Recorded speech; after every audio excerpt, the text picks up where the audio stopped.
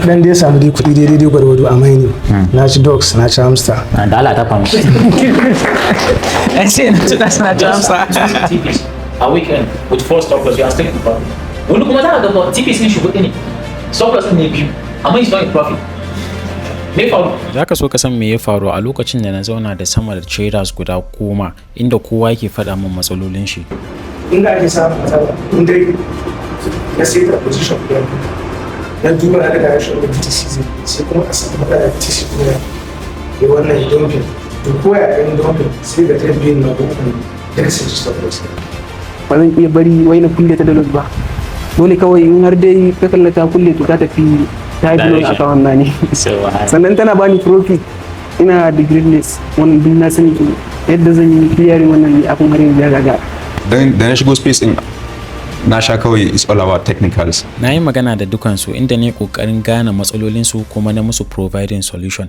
zamu da yake faruwa kenan shi wannan gold so ka kalla wannan bidiyon akwai yiwuwan cewa za ka iya ganin wanda yake da similar problem da kai saboda kai learning from his mistake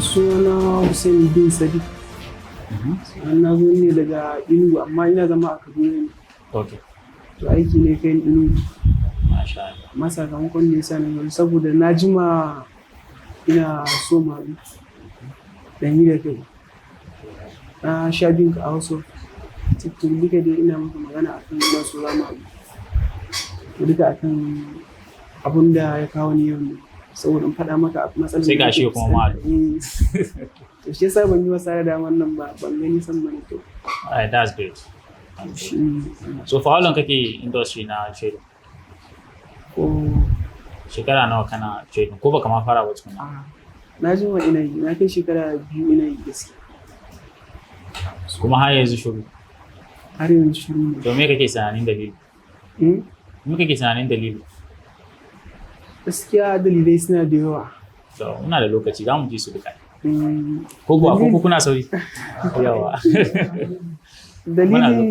dalilin da ya fi ƙarfi gaskiya dalilin da ya fi ƙarfi ne zan ce na kasa fushin kaina yadda ya kamata a ce ina bin fushin kanka ka yi me kamar yadda na ga sauran traders suna yi wanda suka kai inda suka kai akan discipline consistency mindset da sauransu ni gaskiya in aka zo bangaren mindset ma bana da komai zero ne kawai gaskiyar kenan in har yanzu misali ni ne na bude trade sai ta fara bani loss to gaskiya ba zan iya bari wai na kulle ta da loss ba dole kawai in har dai ka kallata kulle to ta tafi ta yi bilon account na ne sannan tana bani profit ina da greatness wannan duk na sani to yadda zan yi clearing wannan ne abin har yanzu ya gagara alright to anan na yi grabbing abu guda biyu kai magana akan discipline sannan kai magana akan baka iya accept loss kuma wannan dalili a cikin su guda ɗaya kawai sai hana ka making kuɗi idan dai kana son misali ka zama discipline trader ni dai ina da cheat code kuma cheat code ina shine ina tuna me dalilin da yasa na fara trading in one aspect me yasa ka fara trading abin da yasa na fara trade gaskiya ɗazu na faɗa ma zan ƙara faɗa ni reason na akan bana so na dawwama ina fighting akan ya zan yi rayuwa ya za a yi sannan kuma abun da na fahimta shine ta trading ne ko da ce zan yi kasuwanci to ta trading ne zai samu yadda kasuwanci na zai karfi sosai saboda iya kasuwanci kawai ce da rika wannan barin da mataki to kaga kai kana dalili mai karfi ba ka son ka dawoma a halin da ake ciki wannan kawai ya isa ya sa ka zama discipline trader idan dai ka tuna cewa kai fa ba ka son ka dawoma misali a situation din da kake a yanzu so you have to do the right thing in kuma baka yi abin da ya dace ba to za ka dawoma yanzu ina zuwa daga shekaran da ka fara trading zuwa yanzu ka ce shekara 2 ka akwai wani abu da kai a cibi na shekara 2 nan gaskiya a trade babu so akwai mutanen da na sani in less than 6 months sun fara making kudi a industry na shiri ba wai fada ma kai ba a cikin students ina akwai so ka kaddara misali a ce kai ne a cikin shekara 2 da misali ka mai da hankali kai abin da ya dace ba wai karamin achievement bane 2 years then ina ɗaya daga cikin mutanen da I don't believe kamar yadda mutane suke faɗi su ce wai sai ka zama sai ka kai 4 years 5 years a industry din zaka fara yin making kuɗi. Ni ban yarda da wannan.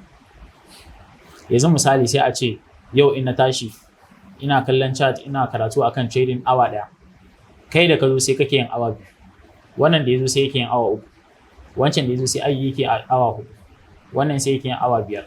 Dukanmu abin da muke kenan, ni zan awa 1 kai 2 3 4 5. Ka san cewa abin da na achieving in 5 years shi zai achieving nashi in 1 year? Just do the math, haka abin yake. Abin da na achieving in 5 years shi ya achieving nashi in 1 year. Me yasa? Saboda yana yin times 5 of abin da nake every single day. So idan dai ka tuna cewa kai fa misali ka shiga industry din nan ne saboda kaza kana son kai achieving kaza kana son kai kaza kana son kai kaza, wannan kawai sai ya sa ka zama discipline trader. Problem ɗinka na biyu kai magana akan baka iya accepting loss. Akwai wani aiki da kake yi bayan trading? Ina aiki da kamfanin Chinese. Okay. A can Enugu. Monthly salary ne ko daily salary? A monthly. Is it okay musan nawa ake baka? To nawa ake baka a month? 75 ake bani. 75,000 naira. Ka san cewa zai iya making $100 a kwana ɗaya amma ya ji bai ishe shi ba. Na ga mutane irin haka. Akwai wanda muka zauna da shi gayan talent. Na zauna na tambaye shi na ce in kai wannan nawa ake baka? Wallahi abin da yake making wani zubin a wata 2 yana iya making din shi a kwana ɗaya amma bai ishe shi ba.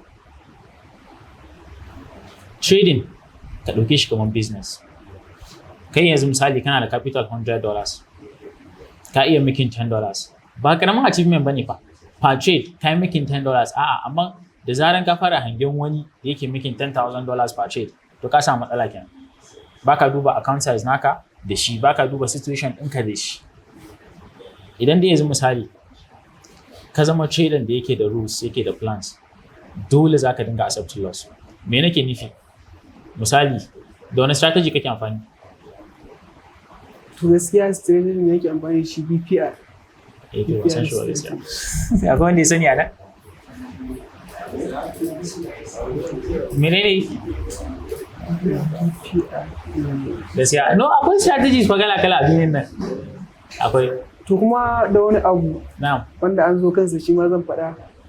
Gaskiya kama akan maganar strategy, na jima ina tsalle-tsalle akan strategy shi ma. Shi dai BPR in shi ne yanzu na mayar mai da hankali. Strategy doesn't matter. Kaga kamar ni yanzu strategy da ka faɗa ban san shi ba, kuma ba haka nake nufin cewa wasu ba sa miki kuɗi da shi ba. Yes, akwai wanda za ka ga possibly suna miki kuɗi da shi, amma ni strategy na ishe ni. So shi sa mama na ƙara wani neman wani. Every day akwai new strategies, of course. Akwai, kuma it doesn't matter. Kuma wani strategy ne, as long as you understand that strategy, it will print money for you. Ka gane? So amma magana accepting loss. Kana iya accepting loss ne saboda baka iya accepting loss ne saboda I believe baka da plans.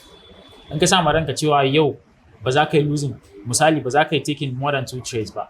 In kana da capital of let's say $100 per trade, kana risking $5. Kaga a rana ba za ka yi losing more than $10 ba. That is a cikin plans ɗinka.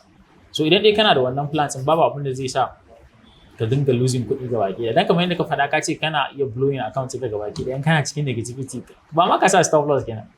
Gaskiya akwai trade da nake ba stop loss, amma da na fara da na fara amfani da wannan strategy din gaskiya ina amfani da stop loss. To gaskiya traders suna amfani da stop loss.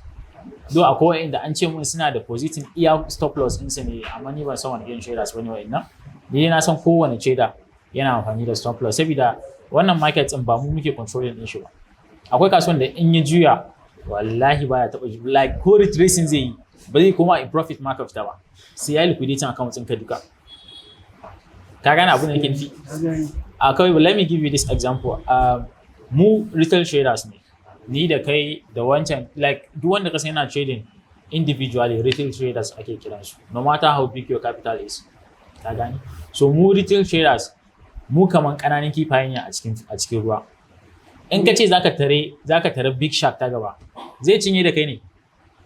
Ka gane? So su smart money traders ba attacking ɗinsu.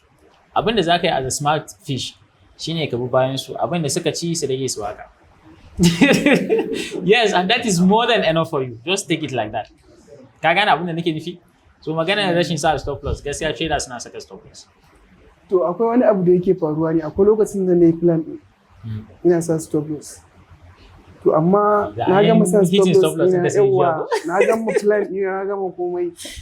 Na kai ina ga a week ɗin gaba ɗaya na yi depositing lokacin $20 ne, ya kulle min week na yi trade gaba ɗaya $20 a week ɗin. Amma kuma to a hitin stop loss na da ake ana yi to sai ya zama hitin ɗin da aka yi na stop loss ina ya fi take profit ina da aka yi. A gane sai kawai kai deciding cewa ka daina saka stop loss. Ba wani plan da yake aiki kawai. Akwai wani wannan magana da ake cewa is do or die. Kawai if I perish, I perish. Abin da kake. Especially ina da capital misali ina da capital na $100 ina da $8 mai dawo 30. To zan iya sa 30 din ba stop loss kawai if I perish, I perish. To ya riga ta tafi. Ba a trading aggressive. Abin da yake faruwa da kai kenan. Ba a trading aggressive. At some point in the hitting stop loss ya bata min rai, ko da ina da another setup bana shiga immediately. Ni din ma fa kenan. Ka san industry na trading har yanzu mutane ba su fahimtar wani abu. In har baka iya controlling emotions ɗinka, wallahi ba ne zaka je a space ɗin. Ka gane abin da nake nufi?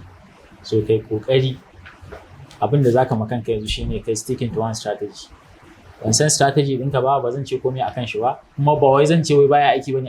Ni I believe kowane strategy. Ina gama ma zan dawo kan strategy din saboda gaskiya ni ina da dan matsaltsali da yawa ta bangaren chat in trade ma gaba daya. Ko da ce misali ina karanta strategy to wani lokacin yana min wahalan ganewa a cikin kasu akan chat. Za ta iya ma a zo a yi strategy na wai zo shi fomin ma ya wuce ma sai daga bayanin nuna ganewa. Okay, I understand something. Why akwai ma trading? Gaskiya ban taɓa zuwa. Shi yasa you are confused. Now I get the point. Shi yasa you are confused. Ka san idan dai mutum zai iya koyon trading ko da baya da mentor. Ina faɗin wannan. So amma yana da disadvantages ne wanda idan dai ba wai ka mai da hankali ba zai affect ɗinka. Misali in kana koyon trading a YouTube. Ka zo wajen Mr. A ya ce ma kai kaza. Yes, wannan abubuwan fa is working for him. Sai ka koma wajen video din Mr. B sai ce ai abubuwan da Mr. A ya ce ba haka bane shi kaza yake kaza. Kuma yes, it's working for him. So in kasance kana kallon videos na random people kai kanka you be confused. Maybe shi wancan strategy naka ka same shi a wajen wani maybe online, right? Shi kuma is working for him. Kuma is working for him ne saboda ya fahimci strategy na nashi da kyau. You know at some point in ka akwai trader da in ka zama kai da kanka zaka fito da strategy kanka. Strategy da nake amfani da shi is a combination of this and that. Wanda kuma ni is working for me and nobody cares me nake amfani da shi as long as yana bani kyau. Ka gane abin da nake nufi? So shi mentor yana sa mutum ya kasance yana so ka ke mishi abubuwan da misali mentor ka ya experience a baya zai gaya ma mistakes din da ya making, hanyoyin da za ka bi cikin sauki kai making. Ka gane? Zai faɗa maka to amma kuma aka ya kasance ba ka da mentor ba wanda zai guide ɗinka. So zai take naka longer period sannan ba lallai ka fahimci space din da wuri. So koya da kake kai kadai is not wrong. So amma you stick to one person. Highest mutane wanda possibly suna amfani da similar tech. In ka ce aka amfani da wancan da yake amfani da SMC, wannan yana amfani da IC ba ɗaya bane, wancan yana amfani da chain lines ba ɗaya bane. Za ka na confusing kanka da wuya ka kama guda da. A gane abin yake nufi? Yep. So problem ɗinka ya fara ne gaskiya saboda baka samu wani da ya guiding ɗinka ba kuma baka ji wani academy baka da mentor babu wanda biya. Kuma ko a cikin abokananka ba wanda kuke trading tare? Gaskiya abokan nawa ma duka suna yi ne kawai amma da ni ne dama ma a cikin nasu. Wai ni ne gurin a cikin nasu. Ya ce ni ne gurin a cikin su. So I think gaskiya networking is very important. Kuma it's good that you came here.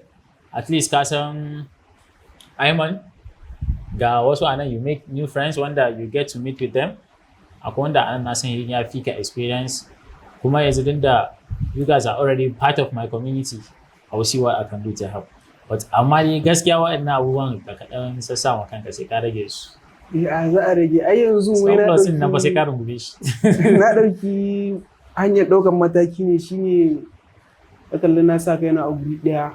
In ba ka manta ba kwanaki can na maka magana akan cewa ina so yin rijistar academy ne. To duka ba komai bane saboda na gane cewa shi ɗin ma ya bani matsala ne.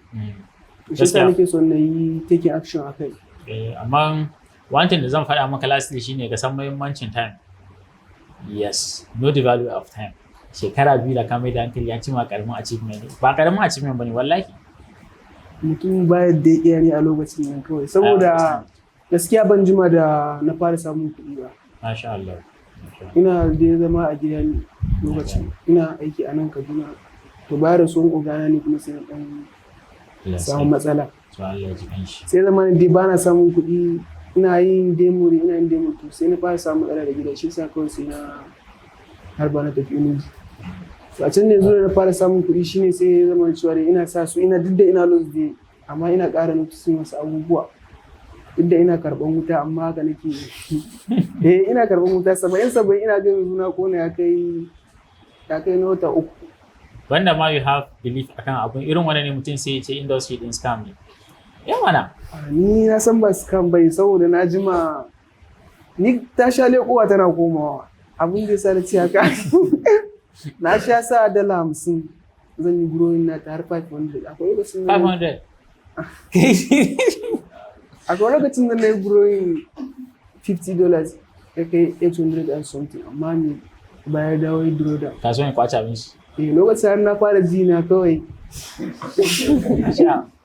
amma sai aka koma baya. Alright, to yanzu ne ka dai ji abin da nake tunani is part of your problems, right? We'll see what we can. Amma dai gaskiya the most important thing shine kasancewa na farko strategy doesn't matter. Samu guda ɗaya ka sticking to it, sannan kai having plans zai hana ka sannan wannan stop loss din sai ka rungume shi. Akwai za ka yi. Duk wani trader da baya accepting loss akwai damuwa. Ka gane? To Allah ya sa abubuwan da muka faɗa ya amfane mu gabaki ɗaya ba shi kadai ba. Zao? Sai akan strategy ɗin da kuma ni ina so gaskiya zan yi da kamar ce na zo a shirye da ba lalle ba ne kuma ina so zan yi register nan. Amma lokacin da wannan dai magana to it we'll see what we can do akan wannan. Kamu da magana ya fa. Sai kuma tambaya ta ƙarshe. Na. Capital yana iya ba mutum matsala a trade. Rashin capital ko capital? Rashin capital yana iya ba mutum matsala a trade. Ai idan dai ba ka iya managing $100 me kake tunani za ka iya managing $1,000? Ai doesn't matter. In kana da $100 misali, kana risking $5, kana da $1,000, kana risking $50 for example, duk ɗaya ne ko abin da kake risking ne yawan banta. Wasu sai su tunanin cewa in kana da capital kai ai ka riga ka wuce gudun a'a. Ba ka iya managing karamin kuɗi babban ma zai tafi. So it doesn't matter to me gaskiya. It doesn't matter at all. Ka gane abin da yake? Can we please clap for him? Assalamu alaikum. Alaikum salam. Sunana Al-Mustapha Murtala. Yeah, welcome Al-Mustapha. Ina in cikin industry for like 2 years haka. Okay. So kuma I based in Kaduna, just ina construction road.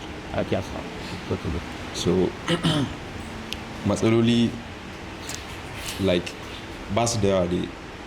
Na farko consistency, sai kuma na biyu daga YouTube na koya trading. Yes. Okay. So basically abin da yake faruwa alhamdulillah dai abubuwan da na koya masha Allah, but idan na ga wani like yana making profit maybe another signal group sai in watsar da abun da na koya sai kawai sai no from reality sai kawai in koma ina focusing wajen like abubuwan da yake akwai time inda yaya crypto ya yi boosting wani challenge na 100 to 1000 to at the time market was bad to maybe sun gama winning streaks in su nima sai na shigo they are on losing streaks to muna dai back to back kawai aka zo aka blow account ba feedback da wajen shi sai kuma next one akwai wanda aka yi na XM to an yi first batch I think sun gama second batch sai na samu na shiga shi ma aka zo sun gama winning streaks ni ma na zo kuma na fada na gani alright ai kai ka siya ka san me yasa nace kai ka siya a matsayinka ko in ce ku duka da kuke son koyi trading ai signal ba naka bane ko ba ku sani ba signal ba naka bane kasancewa mentor ɗinka zai iya ganin abu kana ganin long kana akwai lokacin da Ali a gida da yake nan gidan an buɗe session muna trading gabaki daya ya dage shi fa short yake gani nace ni ban ganin short long nake gani ya ne taking position dina ya je da yake a what I was looking for I think it was 1 to 3 sai da na shiga loss bai hitin stop loss ina ba a lokacin shi kuma ya hitin TP din shi tukunnan ni kuma ya koma ji like ba za ai as long as you want to succeed in this space kuma ka iya koyin technical analysis da kanka abin nan signals ba naka bane sam signal ba naka bane wallahi mentan ka zai iya ganin abu which is strong kai ka ga daidai that's the thing so ni abin da ke so ka gane anan shine babu fa wani kai da yafi naka shi yasa ni gaskiya yanzu bana bada signal ko a telegram group namu na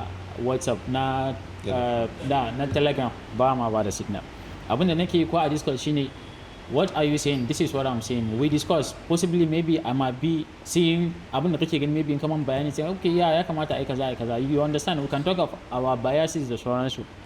Kana son kai succeeding a signal group din nan ba naka bai ba kuma yana cewa is strong to join bane ni ma ina da shi ka zo ka join amma kuma dan dai kana son ka jefa you make your analysis yourself, trust your instinct and go into it.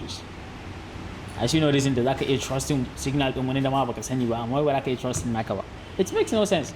Ko yana muku making sense, it makes no sense to me. To me kawai emotions ne kawai tunda maybe kafin na shiga maybe ga gane ban da kuɗin at that time maybe so they are on their winning streaks.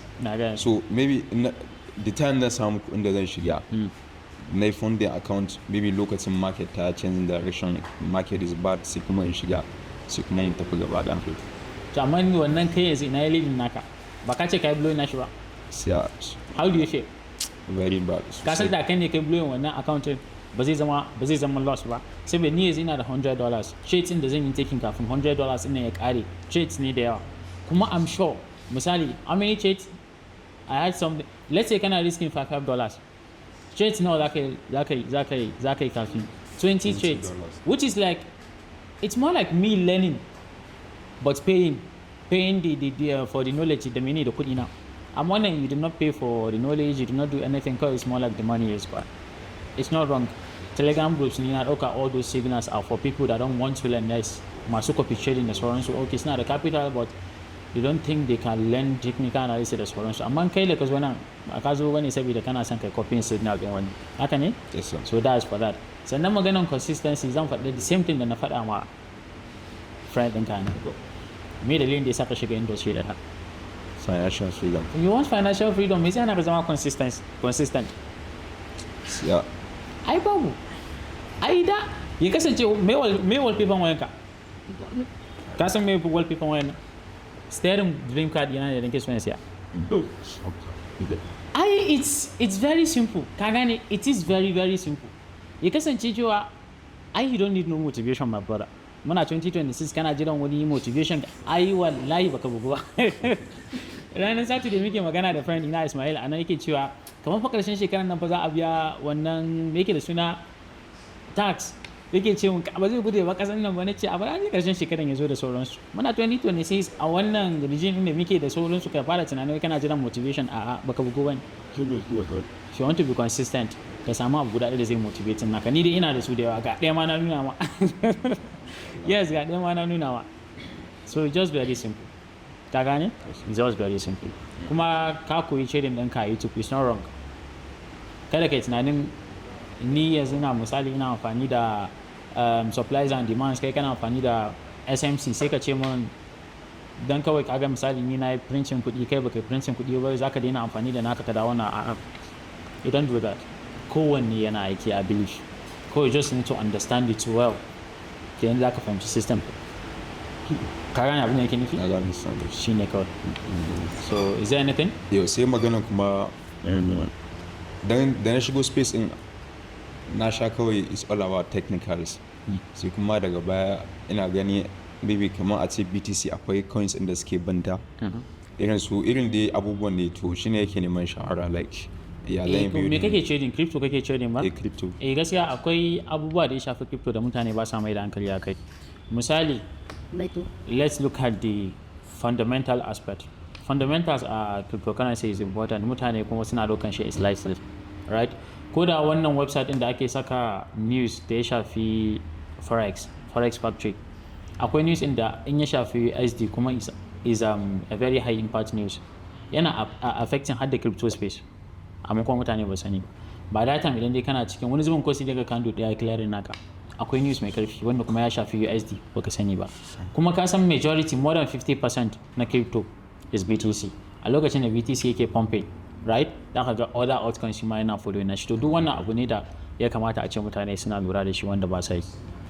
Are you all following? Yes, sir. So idan dai har misali kana trading cryptocurrency, ni abin da nake yi ma misali, in yanzu misali zan yi trading Fatcoin misali, Fatcoin a coin ne under Solana blockchain.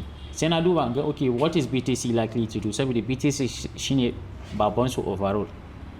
Okay, maybe ina ganin BTC may likely to long, right? Yes. Sai in duba okay to shi coin din nake so in yi trading nashi, me moda chain din shi. Ina son fara crypto amma ina tsoron kona kuɗaɗe na, ko kuma ina son fara trading amma ban san ta ina zan fara ba, ko kuma kaji wani yana cewa na daɗe da koyon crypto amma bana da capital, bana da babban jari da zan yi trading. Sai yasa na kawo muku Mobite. Wannan platform ne da suke providing traders da babban capital su trading. Akwai wanda sun san cewa akwai platform na futures, akwai platform na forex, amma ba san cewa akwai na crypto ba. So wannan platform din suna providing traders da babban capital su jali. Sannan wanda suke da karancin ilimi, idan dai har ka siya wannan platform din sun dauki nauyin mutane 50 na farko da suka siya account nasu, za su biya musu registration fee into SMT Academy. Yanda zaka zama eligible shine kawai ka siya wannan platform din. In ka siya platform din nan sai ka tura mai email address naka. In ka tura mai email address naka, ni kuma I forward it. Za mu selecting 50 first people da za mu educating.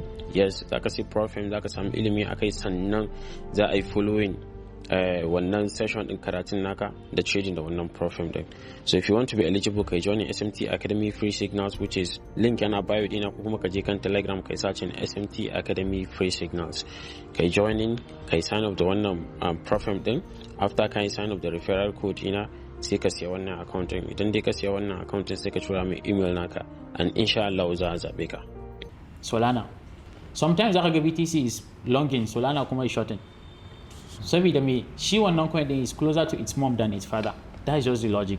Zan duba okay, is Solana likely to follow BTC? In haka ne sai shi ma wannan coin din duba. It's more like a little bit stressful, but that's the safest thing to do. It may be stressful, then as kudi is involved, it cannot be stressful, of course. Yeah, mutane ne suke wasa da kudi. Okay, maybe I don't know how rich you are, amma ni dai as a board trader kuma as a trader that want to make money ba ina son mai da kudin kasuwa ba, I need to be very careful. Ka gane? So that's it. Is that all? Shaking inshallah. Please let's clap up. Sunana Ayman Lawal. Okay. Ina zaune a garin Kaduna ba duka kusa da Government House. Masha Allah. Na kai almost 2 years ina space ne. Kai muna da into 2 years nan. To me ya faru in 2 years? So na yi karatu a hannun crypto. Kano. Na tashi da Kaduna, na je Kano, aje na dawo. Gaskiya ilimin da na samu a karamin crypto alhamdulillah, saboda ban da matsala akan chat, ba na samun confuse akan chat ko kuma na da shafi trading. So kawai matsala na ɗaya ne, dan na funding account ina iya gurin kuɗi gaskiya sosai da sosai. So ni na samu matsala ne ta fannin mutanen da nake tare da su. What? My friends kenan. How is that challenging to? Lokacin na dawo daga academy, so ni na ɗau friends as like kaman family before. Idan na making profit ko ya yake, kawai ko mutum bai sani ba, ban da privacy gaskiya a da. Yanzu kuɗi na kawai in kashe, muje in kashe. Sai daga baya na taɓa losing capital ɗina, na shiga trade da daddare, so na sa SL ashe maybe network wani ne hijack SL ɗin bai shigo ba. Na tashi da safe ne da magajin account na rabon da capital ko kaɗan. Na ɗan shiga challenges a lokacin na rashin kuɗi, so su mutane da na ɗauke su as family, ina da kuɗi zan ɗauke su mi abu, amma lokacin ban da kuɗi suka fara zamewa baya. So daga wani lokacin na koyi babban darasi. Now ina trading a hankali ba tare da yadda nake da ba. Da na samu abu koya yake dan je in gaya mutum. Yanzu ba mu wanda ma ya san in fact ina ma trading a cikin su. Na mai da kaina kawai kamar ba na trading, tunda na fuskance ina da shi, ina musu shine nake da muhimmanci. When ban da komai, I'm useless to them. Well, it's more like a very good and nice life lesson da ya sharing with one. Are you all following? Saboda tintin ya kamata da ko da yake sometimes sai wani abu ya faru zaka gane. cewa babu wanda zai iya saving naka sai kai kawai. Yes, that's just the thing. So you need to be planning for yourself. Exactly. Da a ce misali lokacin da kake making kuɗi sai a ce kana da misali wani emergency funds da kake iya ijewa. Ka gane, especially crypto kake trading ko crypto. To kaga crypto ma akwai coins in that you can be staking them. Yes. Kawai ka ijiye su ne like it's more like your profit. Kai withdrawing kai staking kuma shi ma zai dinga maka generation kuɗi da wannan ba zai affect naka sosai ba. But the thing here is ka riga ka yi ganin ka sami experience ka fahimci gaskiya ka gane cewa ba haka rayuwa yake ba. Yes, it's good to surround yourself with friends but not just any friend, good friends. Akwai wani mai sarauta wadda ke ba sarautar nan bane, ba sarautar Najeriya bane, muke magana da shi yake ce min in halin misali zai bani shawara ya kasance friends ina hannuna yatsana zai iya irga su. Abin da yake nufi shine ba ka tara friends ya ce ai kai kowa abokinka bane kai celebrity ne, a ba haka ba. Ya kasance cewa friends ɗinka they are very limited. Hakan zai sa a fahimci na kwarai a ciki. Amma ka ce kana da thousands of friends ba za maka gane waye na kwarai a ciki. Ka gane? So kaɗan mai inganci shine ba da yawa na banza ba. Yes, sir. Are you following? Sai secondly kuma ina da matsala ban da privacy before amma kafin gane darasi. Ka gane It's my second issue. Shiga industry ne na trading. I think 2024 lokacin mining. Okay. So mun dan dai samu dai kuɗi daidai gwargwado a mining. Na ci dogs, na ci hamster. Da Allah ta famu. Ce na ci dogs, na ci hamster. Sai kuma sauran kuma sun nemi fi suwaye sai kuma suka zo duka ba su wani ba mu kuɗi sosai ba. To tun daga lokacin sai na deciding kawai zan fara trading, tunda shi trading na ga bai da wani season da yake ci da wanda bai ci, ko market ba ta da kyau ana da iya making kuɗi a ciki. So yanzu dai bayan lokacin ban fara trading din sosai ba sai 2025 last year kenan. Ina ga yanzu shekara ɗaya kenan da na tabbatar da abubuwan nan sun daina fashewa. So yanzu dai shekara ɗaya kenan. Babban matsala na a trading gaskiya shine BTC. Ni ina trading crypto ne.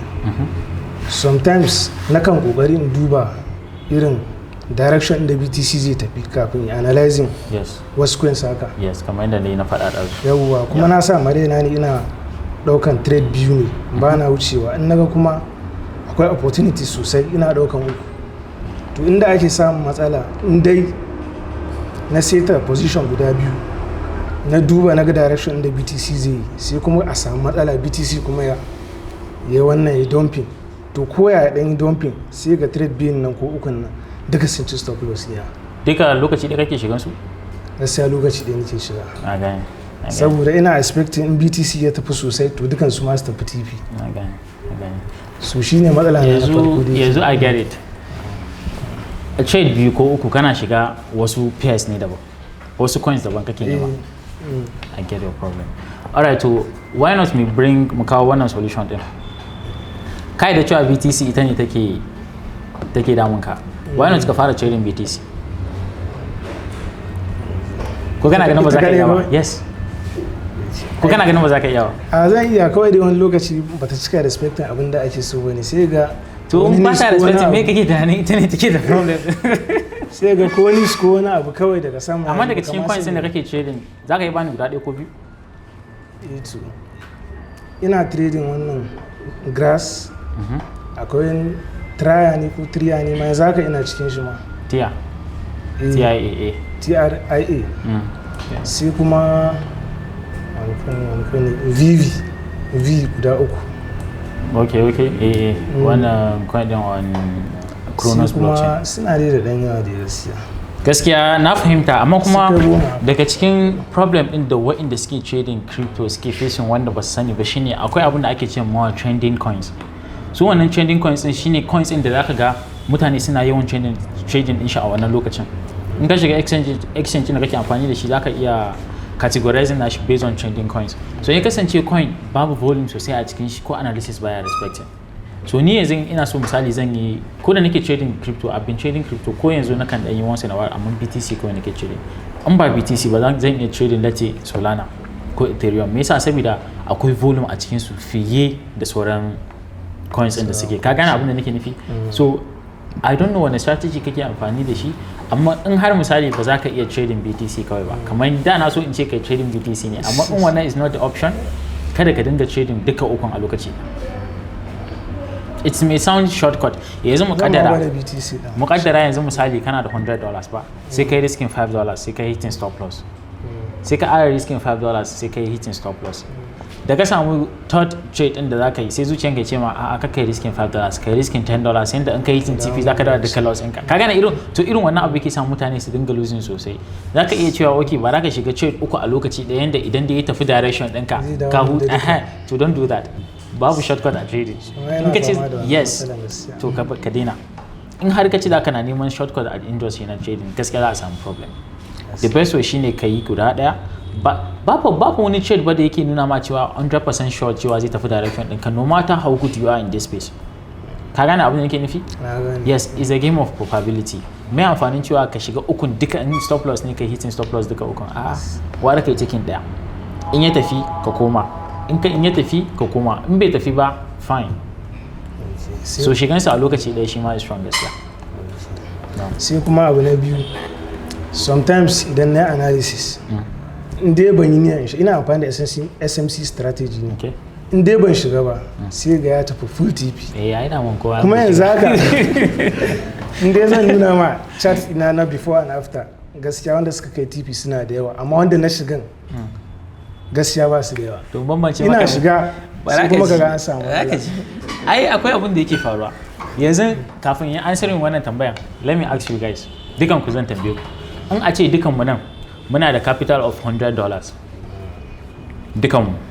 Sai ya mana analyzing a chart a screen sai muka shiga trade din duka tare, muka yi amfani da same leverage, muka yi risking same amount. Dukan mu zamu yi making same kuɗi? Why? Saboda person like me bana amfani one capital. Same capital. Same capital. Yes. Bana amfani da wannan big profits. That's what I'm saying. Kepa, you want to say something? Saboda ba kowa bane zai ba za mu yi amfani da same lot size. Same. A bashi same lot sizes. Psychology now, we cannot all be the same. A lokacin da trade din zai trigger, misali, sai fara zuwa loss. Misali, mun yi losing $5. Sai fara zuwa negative $1, negative $2. Za ka iya gudu aka ce kai small loss is better than big loss. Sai ya je negative $3, negative $4 sai ce ka dama ya sani ma ya fita tangin lokacin da ya fita shi ma sai ya fita negative $4. Sai dai yana fita sai trade din ya juya. Da ya juya sai dai ya fara bamu profit $2, $3 sai shi wanda ce ya ishe shi. Ya fara tafiya ya yi retracing kaɗan sai dawo wannan ya break even ya dawo entry. Ka gane irin abu a cikin mu misalin mutum ɗaya ko biyu ne zai iya holding har full TP. So abin da yake faruwa in ka shiga trade da lokacin da baka shiga trade ba nothing change. Kawai a lokacin baka shiga ba ne you are not scared of losing, you are not doing anything, maybe ma ka bar shi ne sai da ka dawo kawai sai kaga cewa ya je har full TP. Kuma yana kokarin ma in journaling wannan dinnan da suka tafi, amma duk da haka in dai na yanke hukunci zan shiga sai kuma kaga an samu matsala. Wallahi nothing change. Kawai kai sticking to your plans as long as you are using a very proper good risk management. Bai kamata a ce kana samun wannan problem. Saboda as I can see until you are trying as person. You are trying. So keep on trying and inshallah just a matter of having plans and it's just a matter of time. Then you guys have a community at Telegram. I'm sure after this we can be able to do something. Ka gane?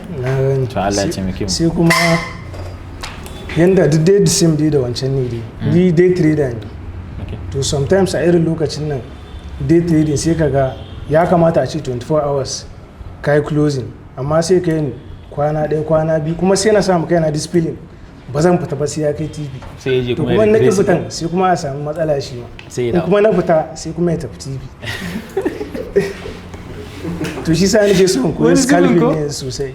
Saboda gudun irin wannan market yayi ne kaji. Wani su zaka kaman kai kadai ake monitoring. Ko ba ka ji kamar haka ana jira ne kawai ka shiga ko ana jira ne kawai ka fita. Wani kadai ne ba a so. To ba wanda yake monitoring naka. To ba da wani Allah ya taimake mu, we'll be able to do something inshallah a Telegram group now. we'll do something. Allah Sunana Umar Muhammad daga Niger State ne zuwa. Masha Allah, you're welcome. Gaskiya ka shan tafiya. I've been in this space zan iya cewa tun sanda aka fara mining ba. Dole ban ci kudin mining ba amma na yi mining sosai. Ban fara Notcoin ba sai da aka zo su Hamster, TapSwap, YY. Na yi su amma dai duk suka zo suka yi shirme ba wannan ba. Sai ni dumping din shi kawai na bar shi. Sai last year, I think November, October haka. Wani friend dina, neighbor dina haka yana yin trading. Shi ma dai signal yake copying. Okay. Sai ina gani na ce mai bara ni ma ina so in shiga, sai na fara research akan trading sosai dai haka. Na gani sai na fara ni funding $10 na fara ina copying signals. Ban dai da knowledge akai, kawai dai zan iya shiga trade da waye. Na zo ni blowing in kudin saboda ban da emotions, ba na controlling emotions. Zan iya shiga in dai an saki signal ko nawa ne zan shige su ba ruwana. Kuma zan jira sai ta kai TP. Dole sometimes in ta bad profit ina cirewa. Amma kuma da kuma risk management ma ba na amfani da shi. Zan iya shiga da $4, $5, $3. Akwai recently ma da nake school $7 ya rage mun gaba ɗaya na shiga da ita. Lokacin ina bukatun kuɗi sai kuma na ce kai in ma ta yi losing kawai ta, in ta bada TP kawai ta bada kawai. Na shiga gaba ɗaya da ita sai ta zo, I think ban yi losing ɗinta ba, ta kai kaman 10, te kwana ɗaya still ya kai $10 kawai. Na ce kai bara na cire, to tun daga na cire kawai na haƙura, na ce sai na yi getting knowledge ɗin tukunna, na san me tukunna, dan na yi losing sosai, in yi funding in yi losing tun daga wannan da na cire. Ban taba sa kuɗi na cire ba sai akan wannan $10 ɗin. Ai ba za ka cire ba. Sai akan wannan $10 ɗin kawai na cire ta. Kasa abin da yake faruwa ba wai ka fi cire ɗin ba ne fakai. Kawai ka zo ka ƙara mana liquidity ne, kuma mun gode. No, magana gaskiya ne. Babu yace za ka kai. Kusan volume da yake cikin space ɗin nan ko shi yake ƙara ruɗan mutane. Yes, volume din shi yake ƙara ruɗan mutane. Za su ga akwai su volume da sauransu, waye wannan yana hawa wannan mota, kai kamanta ba. So you need knowledge gaskiya. Sure. Baka ma fara koya ba. Ka dai staking a Telegram groups ne wanda gaskiya ba yayi. In fact, ko Telegram groups kake ciki, you need a little bit of knowledge yanda za ka iya managing trades ɗinka, take profit da sauransu. Ka gane abin da yake nufi? But in dai kana son ka zama a very good trader, what you need is knowledge. Sure. And good knowledge. And inshallah a group ɗin kan magana zan muku sharing PDF wanda nke amfani da shi a nan SMT Academy kyauta. So it's I think we have SMT a ciki and some little akan trading. It's going to help bashi da yawa. Kuma na ma yi video akan shi ma it will surely help wa'inda are just starting now. Amma what you need yanzu shine knowledge. Abin da kai shi ake kira da gam. Yes, in kun ji ana maganar gambling and trading wannan abun ake magana. Yes.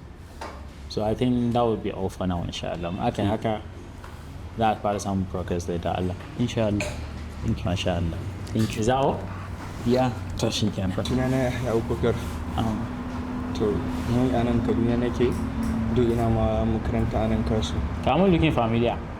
Mun taba zuwa ba? Mun haɗu. Okay. Mun marafa. Mashallah. To ni I have been in this system gaskiya for a long time. How long? Kakan ji kunya. Gaskiya around yato do na fara gaskiya duka almost da abin da ake yi a trading na ba ta trading a ciki. Mining da trading ai da crypto din da kuma forex duka. Duka na trading din su. So na fara mining since 2020, 18 August. Na fara mining, that is Pi Network. Okay, OG ne. So na zo na ɗan yi mining dai da sauransu. So amma dai ban zama irin like na zo na fara neman ilimin na analysis da sauransu ba har sai 2023, that is 10 April 2023. So na zo na fara koyan ilimin. So na yi kuma karatu gaskiya a wajajen mutane, do online ne, ban taɓa yin physical class ba. Na yi almost wajen mutum 5 ni ban manta ba. So na dai facing challenge da sauransu, to duk kuma irin makaranta haka da sauransu. So sai yake sa gaskiya babban abin da yake dan tsayar da ni time da kuma shi capital din. So ban da enough capital da zan iya trading din shi, to due to sometimes in da kan saka small amount haka na zo na yi trading din shi. Yes. So idan har na fara trading din, so zan dan fara, kasan let's say misali ka saka $10, so kana targeting that is 15.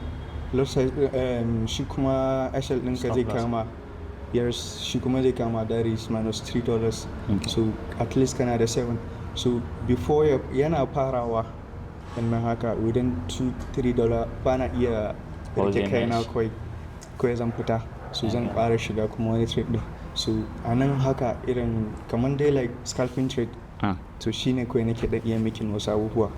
Amma in dai har na ce wai zan iya jira har zuwa TP dina, gaskiya TP dina ba su da yawa. Na gane. Well, yeah, I understand something. Amma before kafin ce wani abu, scalping ai akwai kira scalpers, ni ma scalper ne. Kuma ina cin abinci, gaskiya ne ai. There is nothing wrong with scalping. Sai dai ba zan irin scalping kake ba, but there is nothing wrong with scalping. Gaskiya lot size ina is standard a bangaren forex. Standard ko 0.01 ne ba wani kari gaskiya. Sannan kuma bana bude position da kawai one position ne kadai. Though akwai friends ina, that is my circle da muke trade da su da sauransu. So mu hudu ne gaba daya.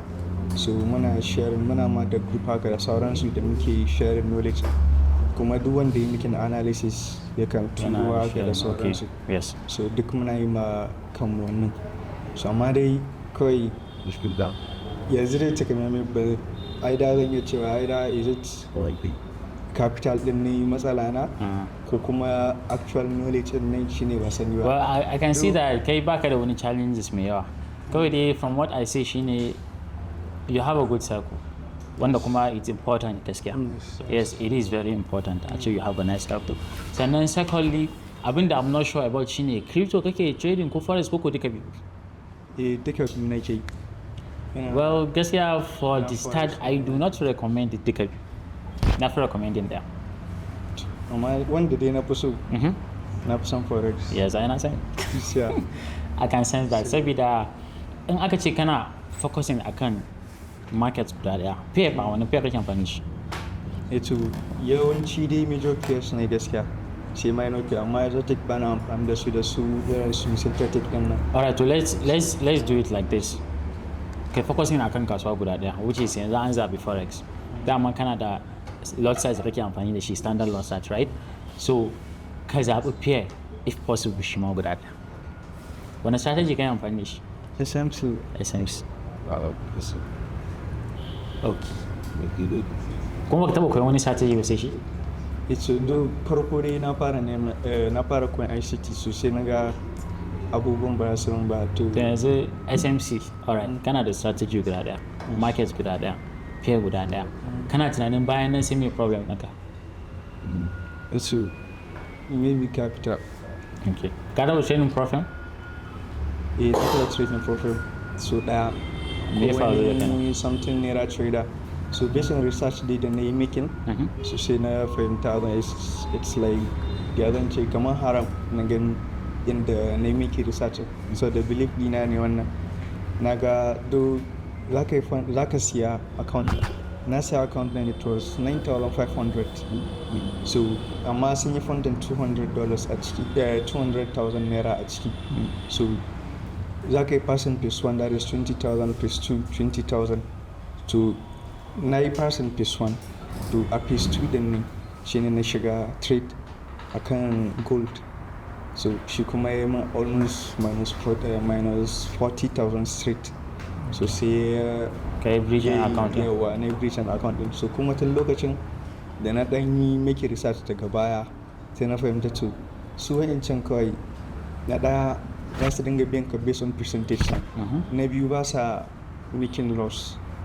Kawai wanting kuma accounting is the more account. So, yes, it is. Ko mun yaya inda aka je aka dawo dai su dai da free. Kai kuma kai ne kake ciki. So sai na fahimta kai Well, yeah, you have your own reasons. Amma da banda wannan dalilan naka da zan ce ka fara trading profile. Saboda ni kana program nake trading, do ba wannan da ka kira ba. Na trading futures ne, so ina amfani da Tradify. So ga wanda kuma suke trading on forex, sometimes ina musu recommending funding pips. But I don't know. In za ka yi trading profile yawanci shine solution to rashin capital. Sai dai you have to be a very good trader to be able to trade profits. Shine abu. Amma kuma in har za ka iya jurewa ka trading profit yana taimaka ma trader to be the best version of themselves. Saboda akwai rules. Kuma wannan rules in zai hana ka breaking naka rules. So it's more like, yes, it's more like profit yana taimako na in some way and other. Okay, do a can suna da rules na babu scalping. Yes. So a can gaskiya na rike kana duk da yes na kasance scalping. Yeah, ni abin da nake amfani da shi ba su da problem da scalping, sai dai akwai other rules wanda it's may ba wai zai affect naka, but you just have to be a good trader to pass profits. Aka yanki. So good traders ne kawai suke iya pass profit. So kai you don't have much challenge, kawai dai daga cikin abin da ya kamata ka dinga yanzu ka dan yi hakuri da kasuwa guda daya, kana strategy guda daya, ka zabi pair if possible guda daya, highest guda biyu. Ka understand it nashi, then if you can be able to grow no matter how little your account is, then you are good to do. A lokacin ne za ka samu more confidence in cewa ko kana da babban capital, still okay. And to some extent idan ne making analysis. Na. Kawai week ya kan cire daga market. Yes. Guda Ismail week ne cire kake mako? Ana samun haka, to duk amfanin trading pair ɗaya da strategy ɗaya kenan. In kana yi za ka fahimci okay me yasa kana journal, me yasa ya zo ya cire ka da sauransu. So from there za ka dinga ci gaba kana gyara kanka, kana gyara system ɗin har kaga you are doing fine.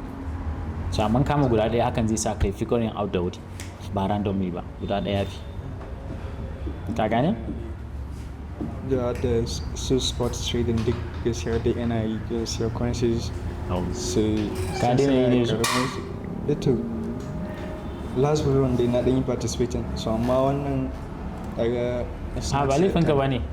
This year buron ni ba a taɓa ma yi wani system kalan wanda ba. Ka gane Donald Trump ya yi aiki sosai. Wannan shekaran crypto politics ya yawa, manipulations ya yawa da sauransu, so ba daga kai bane. Mutane da suka gudu daga crypto wannan buron ɗin da aka yi na san su da yawa. Ni ma suna ɗauka haddani. So it's not your fault. It's not your fault. Kasuwan ne haka, amma da yanda ya zo mu traders mu adapters ne, ko ma ta ne za mu adapting kawai. Ka gane? So we adapt. So but for the time being dai a rike forex and compare guda ɗaya, strategy guda ɗaya, and we'll see from there insha Allah. Tunda za ku dinga sa result na gani a wannan group. Yeah, za ku dinga saka.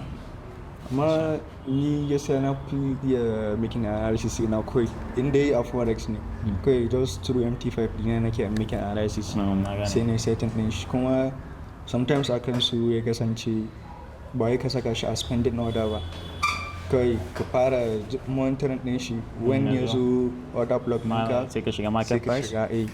So ni kuma kawai gaskiya inda har ne na riga ne making analysis ina na san cewa yes wannan is valid order block ne, so definitely za a zo a mitigating din shi. Abin da nake trading yanzu ni kaina ba na saka limit order, so there is nothing wrong with market price. Ni ma abin da nake amfani da shi kana I used to wait for confirmation, then I enter market price again, ka dan samu discount ka dan sai in shiga, haka ake. So there is nothing wrong with that. Is that all? Allah ya taimake mu. Sunana Kabiru Azali. Ni mazanin Kaduna ne. Masha Allah. And I've been trading since 2022, though sports trading when I'm Dodge the XRP. So lately 2014 da aka fara wannan mining. So na mining Amstar da wannan dogs. So after then abokanina, they introduced me to features. Yes, features. I know I have small idea maybe from video, but I used to get afraid as at then because I'm afraid of stop loss. Yes. So as at then, that was ending 2024. I picked up the challenge Nafara. So the first thing I worked on was on my listing risk taking. Yes. First. That's I won't allow my capital. I won't use more than 10% of my capital. Yes. So as at when it gets to some points, like greediness, like when I use 10% of my capital, after though where I learn trade, we don't use take profit. Ina son fara crypto amma ina tsoron ƙona kuɗaɗe na, ko kuma ina son fara trading amma ban san ta ina zan fara ba, ko kuma kaji wani yana cewa na daɗe da koyon crypto amma bana da capital, bana da babban jari da zan yi trading. Sai yasa na kawo muku Mobite. Wannan platform ne da suke providing traders da babban capital su trading. Akwai wanda sun san cewa akwai platform na futures, akwai platform na forex, amma ba san cewa akwai na crypto ba. So wannan platform din suna providing traders da babban capital su jali. Sannan wanda suke da karancin ilimi, idan dai har ka siya wannan platform din sun dauki nauyin mutane 50 na farko da suka siya account nasu, za su biya musu registration fee into SMT Academy. Yanda zaka zama eligible shine kawai ka siya wannan platform din. In ka siya platform din nan sai ka tura mu email address naka. In ka tura mu email address naka, ni kuma I'll forward it. Za mu selecting 50 first people da za mu educating. Yes, zaka siya platform, zaka samu ilimi akai, sannan za a yi following wannan session din karatun naka da trading da wannan platform din. So if you want to be eligible, kai join SMT Academy Free Signals, which is link yana bio dina, ko kuma ka je kan Telegram kai search SMT Academy Free Signals. Kai join kai sign up da wannan platform din. After kai sign up da referral code ina, sai ka siya wannan account din. Idan dai ka siya wannan account din sai ka tura mai email naka, and insha Allah za a zabe ka. Okay. And I use take profit. Once I get to 50% of my What's your risk? Yes. Okay. I can just go out. Okay. So at the point I will be like, maybe after leaving the trade, I will see it will go, keep on going. Yes. So that's how I started. That's how the greed started again. I stopped using 10% of my profit. I stopped using 10% of my leverage. Sometimes I may use 50. I may use 25. It's not like you. So and before you know, small profit like this, it will burst. It will pop up very well. Yes. And small loss like this, your account. Yes. So I think that's where the genesis of my problem started. Yeah, I guess. So I do find it difficult to go back and start using maybe 10x, 12x. Then one other thing, the problem I have, I use the strategy I use is trend. I use lower trend, upper or range. Yes. So to determine, sometimes I use breakthrough also. Is it breakthrough or breakthrough or breakout? A breakout rather. Sometimes I use that from support and resistance sometimes. Yes. But sometimes if I analyze markets, the markets don't normally come down to my order block. To just yes. Okay. So if I now wait, maybe I waited for like 2 days. Once I leave that place, maybe I said, okay, this thing for like 3 days or 4 days, this thing did not come down to come and touch this place. Yeah, do you know what I understand? Yes. It's as if you try to betray your mentor. You know, I have this strategy I'm using. What I'm targeting is nothing more than 1 to 1, 1 to 2. Okay. It barely goes to 1 to 3. If I teach you today 1 to 1, 1 to 2, you can take 20 trades without one stop loss. But the moment you say you are going to be targeting 1 to 3, 1 to 4, 1 to 5, so what I'm targeting is for it to go, let's say sweep this, sweep that. Once it do that, come on and be 1 to 1, 1 to 2, for example. Say that. So kaga kai an koya maka cewa ku targeting kaza, there's a 50%, you are out. I don't know what that is, but it sounds to me as if he knows what he's doing. Come on, yanda Nima have something like that. As long as it is more than 1 to 2, it may be risky. It is definitely risky. But if it is 1 to 1, 1 to 2, I can take 20 trades without one stop loss. So is a problem in the when you try to run away from what they taught you? Yes. So with the strategy thing, you do not find it out. Someone taught you. I mean, you find it out yourself. Okay, this is what is working for you, and that is one of the hardest things in trading. You figure it out. Take a look at that is the number one thing. Which is very long.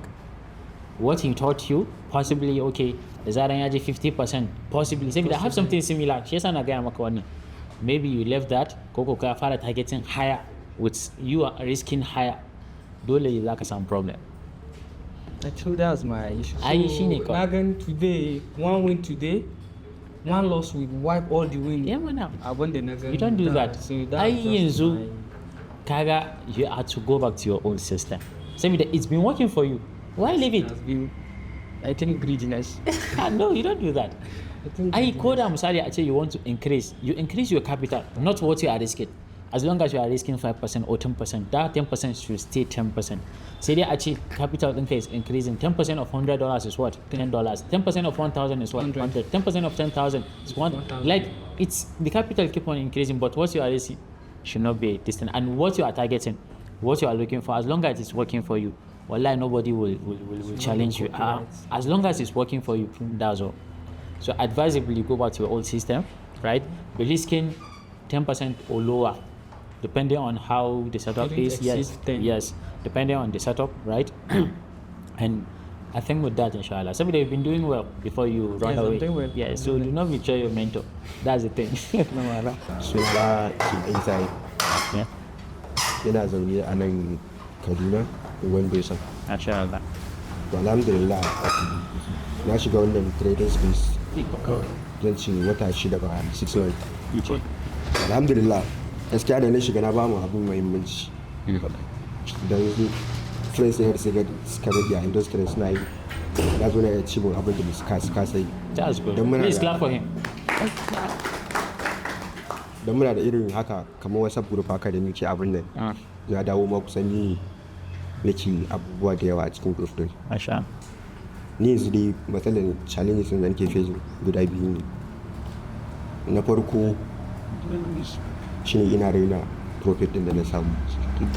Zan yi trade GTP alhamdulillah ya samu profit amma sai in ce kai wannan na raina sai na ƙara take wani trade din. Wani sai dan zo dan yi losing wani ba a ciki. Sannan na biyu muhimmancin da nake ba trade yakan sa yakan kwana a chat wani bacci ba inda tashi irin ruwa su ba ka ne kana observe ɗaya na fila sai zo ci gaba kuma inda tashi inda zo abin da bayan safiya ta yi yakan tafi kasuwa je kasuwa sannan ko da yaushe da hankali da kawai na ba mu trade to ina so a ban bani shawara da zan riga amfani da time din san ba za a hada a ce ka zaɓa ɗaya ba. Yes, I understand. Na farko dai misali kana trading profit ne ko live account? TP ɗinka yana kai how many dollars? Yakan samu 70. $10 naira nawa ne? Almost 14,000 naira. 15 ba. A kasuwa ake mai yake? Yana zaman shagu ne. Nawa ake baka salari? Ba irin ya danganta da kasuwa wata rana akan ba mu 5k wata rana 6k idan ma kasuwa ta yi kyau har 8k ana kan ba mu. So daga cikin best way to overcome raina kuɗi da mutane suke ko shine ka dinga juya kuɗinka in naira kana kalla shi. Babu yace za a ce kana iya making $10 per trade in za ka samu 2 trades da ya tafi direction ɗinka a ranar, that is $20 which is nawa kusan 30,000 naira. Ka gane in ka je kasuwan fa ka same shi ba amma still za ka rena wannan ba wai abin da yake faruwa shine ina so ko da yaushe kawai a ce ina cikin trade ina kasan inji kai na busy haka ne kawai abin da yake da wura kenan ba zan iya hakuri inda making profit na ci kai na gama sai okay I get it wani me kake trading crypto ko forex? Crypto. Yes, sometimes ko a crypto ba ku cika but still we can bring out a solution. Na gane yanzu dai the best thing is kai baka da specific time da kake trading. Kasancewa a yanzu a kowane rana in every 24 hours 90 minutes kawai nake cirewa in yi trading. Ba fa 90 minutes ina gaban chat ko da shi ba. Misali zan iya cewa daga karfe 2:30 zuwa 4 90 minutes ina kenan. Within that time a first 30 minutes na samu abin da nake nema na gama.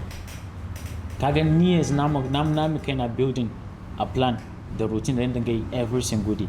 Ba abin da ya shafe ni da chat ina nan na ɗayan observing na kalli chat ba kuma wasu da akwai abin da nake observing din ka fahimta but in dai ba wai wannan time din yayi ba abin da zai samu da chat kuma da time din ya fita ko ban samu setup ina ba zan shiga ba so abin da kake bukata kenan me kake trading zaka duba abin da ya suit lifestyle ɗinka saboda a nan SMT Academy ina kan ma student magana wanda ya su trading forex ko futures suna zaben session guda daya ko Asian session ko London ko New York for example.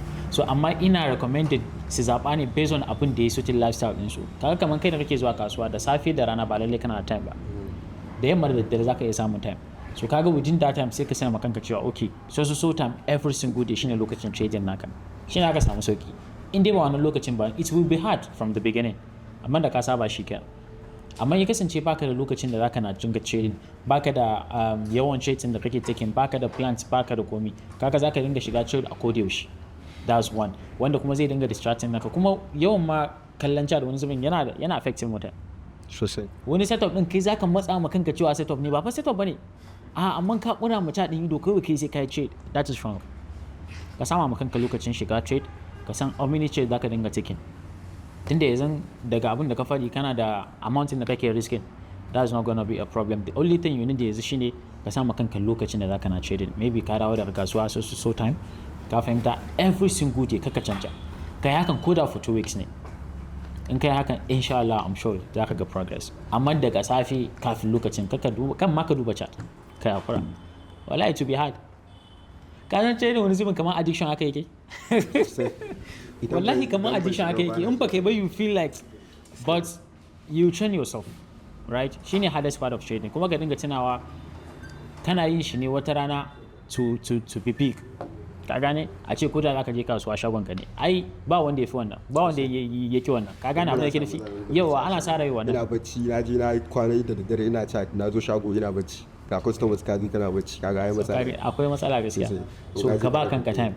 A ce misali in daga misali karfe 8 zuwa karfe 9 ko 10 ne ka gama for example, sai dai Allah ya kai mu maybe ko za ka ɗan yi rubutu a kai ko ɗan observing, amma ko da ka samu setup in dai ba wannan time ɗin ba ka dinga shi, it's wrong. So da ka samu makanka time, ka samu makanka plans da amount da ka dinga risking da sauransu, shi kenan trading will be very easier for you. Tunda kamar yadda nake ji 6 months kuma you are doing this well, in dai ka makanka plans you do better insha Allah, you do better. Allah ya taimake mu. Yawa. Sunana Alhassan Yahaya. Kuma ni dan Afaka ne. Dai na? Afaka. Ya ne Afaka? Afaka nan doki na ba. Yes. Au, Kaduna kawai. But ka gane Afakan guda biyu ne dama. Akwai old side, akwai kuma new side. Wani airport na. Okay, nan Kaduna airport mu na kan. Yes. Masha Allah. Now, and ban wuce shekara ɗaya ba gaskiya industry. And gaskiya ba ni da, ba zan ce ba ni da matsala ba. Babban matsala na ma na farko shine mentor na da ya koya min trading ba wai physical bane, online ne. Okay. So na dan yi facing challenge haka, dan sai da misali sai da muka yi tun daga farko da na fara koya har muka je daidai lokacin da aka gama classes ɗin da duk gaba ɗaya za a yi treating. To a lokacin gaskiya an gama komai ma ni ba ma sai inda na dosa ba tukuna. Zan iya yin komai a chat, zan iya identifying valid order block da fair value da sauransu komai da komai. Yes. Amma kuma idan na shiga zan ɗauki trade sai na gaba ɗaya komai yaƙin yanda ake so. Yawa sannan idan kuma na zo na bar shi haka na fita cikin chat ɗin na canja wani pair na forex trading nake yi. Idan na canja wani pair bayan 1 to 2 days kuma sai na koma sai na ga yayi min abin da nake so. So wannan na shi wannan pair din ko wanda ka canja? A shi wancan wanda na bari din. Okay. So na dan yi fama haka nan da dama kafin na dan san kaina gaskiya. To bayan kuma na zo na fahimci komai sai kuma matsalan entry ya zo yana bani wahala saboda classes din da muka yi da shi wancan mentor namu daidai an gama komai an zo za a fara magana akan entry sai wasu dalilan suka sa aka daina yin abubuwan. So abin da kawai nake yi amfani da shi sweep entry nake yi saboda shi ne na fahimta sosai lokacin da yake mana wannan. Amma duka sauran entry din saboda SMC kawai mana da entry haka at least guda 5 ne ko? To guda sweep entry kawai nake amfani da shi.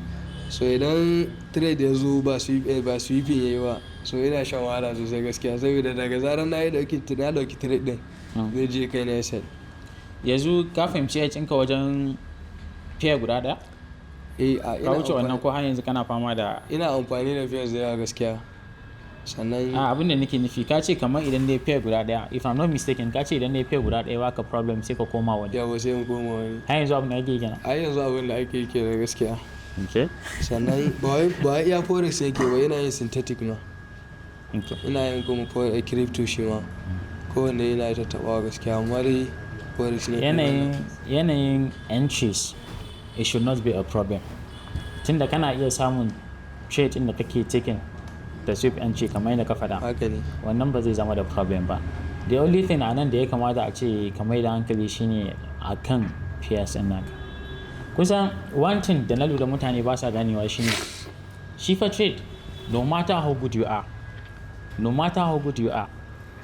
kana losing trade kusan I no matter how good you are kana losing trade so amma bara mi wani lissafi yanda misali trading yake sa mutane suke fita daban kai ne misali kake da $200 kake risking nawa za kana risking kana $200 okay let's say kana da $100 kana risking misali $5 per trade kana taking how many trades a day two trades ko yes kana targeting nawa at least in kai risking $5 nawa za kana targeting 15 10 ko Yes. a bar shi ma 10-15 above haka ma ana iya wani zai yi risking $5 ma depending on but let's make it 1 to 3 which is $15 okay kasan cewa idan dai ka shiga trade yau so biyu kai losing trade in yau duka gobe kai losing trade in duka kana da negative nawa for $20 yes Wednesday kai hitting TP guda daya you are off now ya zama kai TP $15 you are still negative $5 sai ka ara hitting stop loss daya you are negative now $10 negative $10 ko Yes. Thursday kai hitting TP guda daya baka ara samun wani TP ba sai ka bari kaga positive $5 Friday baka samu entry ba sai baka yi trade ba for the week TPs nawa kai making two negative nawa kusan 4 amma are you in profit or you are not that's one thing with trading kuma that's just the calculation in trading kaga kai yanzu misali ko da a ce wannan pair din nan possibly fa ba wai fa your strategy is strong bane ko wani abu is strong amma da kai hitting stop loss sai ka gudu ko abin da kake yi ba kenan haka ne ai wallahi trading fa ko lissafi yake sa mutum yake kudi a trading tradition is with just 2 TPs a weekend with 4 stop loss you are still in profit wani kuma zaka ga TPs din shi hudu ne stop loss din ne biyu amma is not in profit me faru yayi risking $5 wancan yayi risking $20 ko $30 yayi hitting stop loss biyu kuma is not in profit at the end of the day duk abin da muke targeting fa kawai da me muke kuɗi ne shi yasa tun kafin mu fara wannan session din na tambaya na ce duk me yasa muke son mu trading yes maganar gaskiya ne haka ne so akwai abin da ake cewa system kuma wannan system din ba koya ma mutum ake ba kai ne ga ka building makanka kuma ta yaya ka building makanka shine by having these plans ni dai wannan tsalle-tsallen daga wannan pair din zuwa wancan pair din ina tunanin duk wanda ya zauna a kujerar nan sai da na faɗa mishi yana disadvantage babba ne mutane ne ba su sani ba wallahi yana da babban disadvantage ka gane abin da nake nufi yanzu dai anan ni da kai mun yi karamin lissafi cewa idan dai zaka na risking $5 $100 kai risking $5 duka same thing zaka dinga maimaitawa same thing zaka akwai wani guy da na ga yayi wani video yace idan dai har zaka dinga taking trades in dai zaka yi taking trades guda 20 with one pair the same risk management babu yace za a ce kai taking trades din nan guda 20 kuma ka ce wai kai blowing account ɗinka ban dai san me mutum yake trading ba sai dai in bai fahimci ya cin shi a kasuwan ba kuma haka ne so kai amfani da abu guda daya kai ta maimaita shi shine yake samu mutane su mai kuɗi a space wannan cheat code nake baka kyauta insha Allah cheat code nake baka kyauta so maganan entry ɗinka I don't think that should be a problem as long as you have something da kake amfani da shi ka ci gaba at some point kai da kanka zaka fahimci okay kasuwan yana kaza amma fa ba za ka fahimci kasuwan yana haka ba sai in pair ɗinka kama advantage ne shi kenan kusan cewa kowane pair abin da yake daban ko ba ku sani ba ai kowane pair yanayin movement din shi da yanayin language din shi daban ne amma za ka fahimci haka ne kawai if you are into that pair 100% so ka samu pair guda ɗaya if possible maximum 2 ka understanding na shi ka ci gaba da amfani da wannan sweep and shade din da kace kana amfani da shi ba komai bane ko to su gwan sannan sai matsala na biyu shine ka san forex trading yana da session. Yes. Idan session ya wuce ka ko da ka dauki trade din za ga trade din baya tafiya. Wani session kake trading? London session ne. To amma ka san kama session din wani lokaci yana da wahala, maybe ayyukan immediately ana kama shi ana budewa kake kama kai? Sai na jira ya gama range din. Watan? 7 to 7:30 haka. 7:30 to 8 haka. Okay. Ka san bara mu magana akan sessions din nan. Ka san sessions din nan da muke da a kowane session akwai irin traders din da suke trading a wannan session. Okay. Asian session wani yana trading Asian session ne saboda ya yi sitting lifestyle din shi. Wani kuma rashin hayaniyan da yake cikin Asian session yasa yake son shi.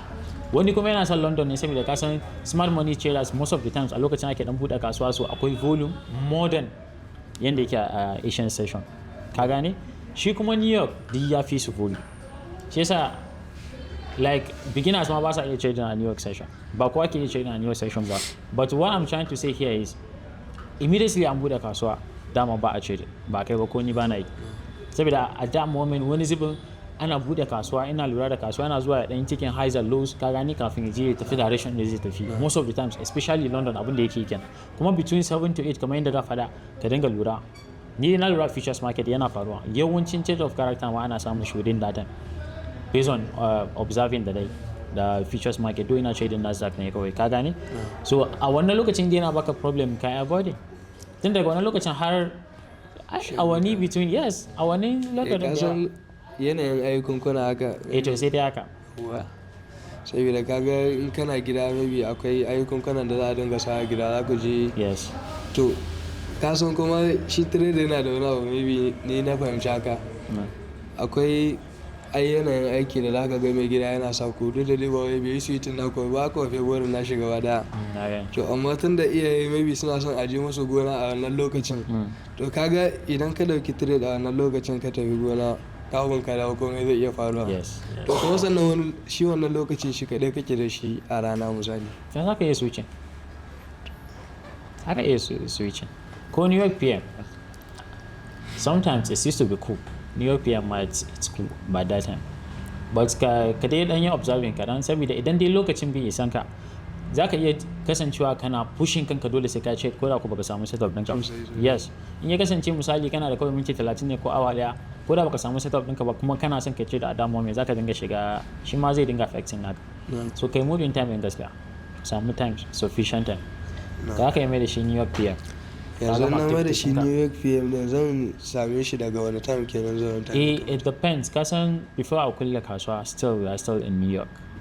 So zan iya cewa evening most of the time kasuwan used to be chill zuwa Maghrib. Okay. You can check it. Don na san abin da kake a dadam ai ka gama. Inshallah. So amma before ka fara trading observing ake sai ka gani okay abin da kake trading yana yi a lokacin. Okay. Da ka fahimci kuma yana yi shi kenan. Sai ka canza time amma dai gaskiya rashin lokacin shi ma zai dinga affecting naka zai iya affecting naka sosai. Yanzu idan za ka yi observing nashi za ka fara yi ne kana yin analysis sannan kuma ka yi taking trade ba tare da ka saka kuɗi ba. Za ka yi risking kadan. In kana risking misali $5 saboda wannan observing kake risking $1 ma toki. Koya ne dai ni na dan fi recommend mutum ya risking kuɗi da a ci bai shiro. Koya ne no matter how little it is. Tunda ba wai ba wai kudin kake kokarin making ba kana kokarin practice so kai shi the smallest you can insha Allah. Ina ga shi kenan. Alright to shi kenan. Sunana Ismail Abdul. Ina zaune a garin Kaduna na Rigasa. So babban matsala na trading shine gaskiya yana pushing dina saboda mindset da nake fama da shi saboda zan iya samun setup ko kuma in shiga fiye in ce dole sai na yi trading ɗin. So zan yi ƙi haƙuri ya zo min inda nake so, especially gold. Na yi tunanin cewa gold zan iya day trading da shi as ni beginner kuma mai ƙaramin capital. Zan yi analysis dina in shiga zan seta 90 a gold sai ga stop loss din da ya samu is high sosai, so sai in fasa sa stop loss din kawai sai in danna either buy ko sell. So movement kaɗan sai in ga an cire kuɗin gaba ɗaya. Kuma aggressively kasuwan ta tafi inda nake so. So shine ban gane ba. Gold din zan dinga mai scalping ne ko zan ce wani day trading din ne a kan shi. Amma before yanzu ka taɓa yin wani abu da ya ma aiki akan gold? A yana min sosai. To ya kake yi da yake ma aiki? Analysis nake ma magana. In ne analysis for sure zai tafi inda nake so. To me? But in zan shiga yin entry din ne akan gold din. Ana analysis ba entry ne? Ko ni kadai ne am confused. Ko kun gane me yake nufi? Just think a bit like Ana analysis ba entry? ba Kai a jira dai. Na gane wannan mana. Akwai entry man dole ai zaka shiga ko. da safi a bari kan da kana ta in je shigawa. Zai da use director. Abin da yake nufi ba kenan. Wani strategy ne? SMC.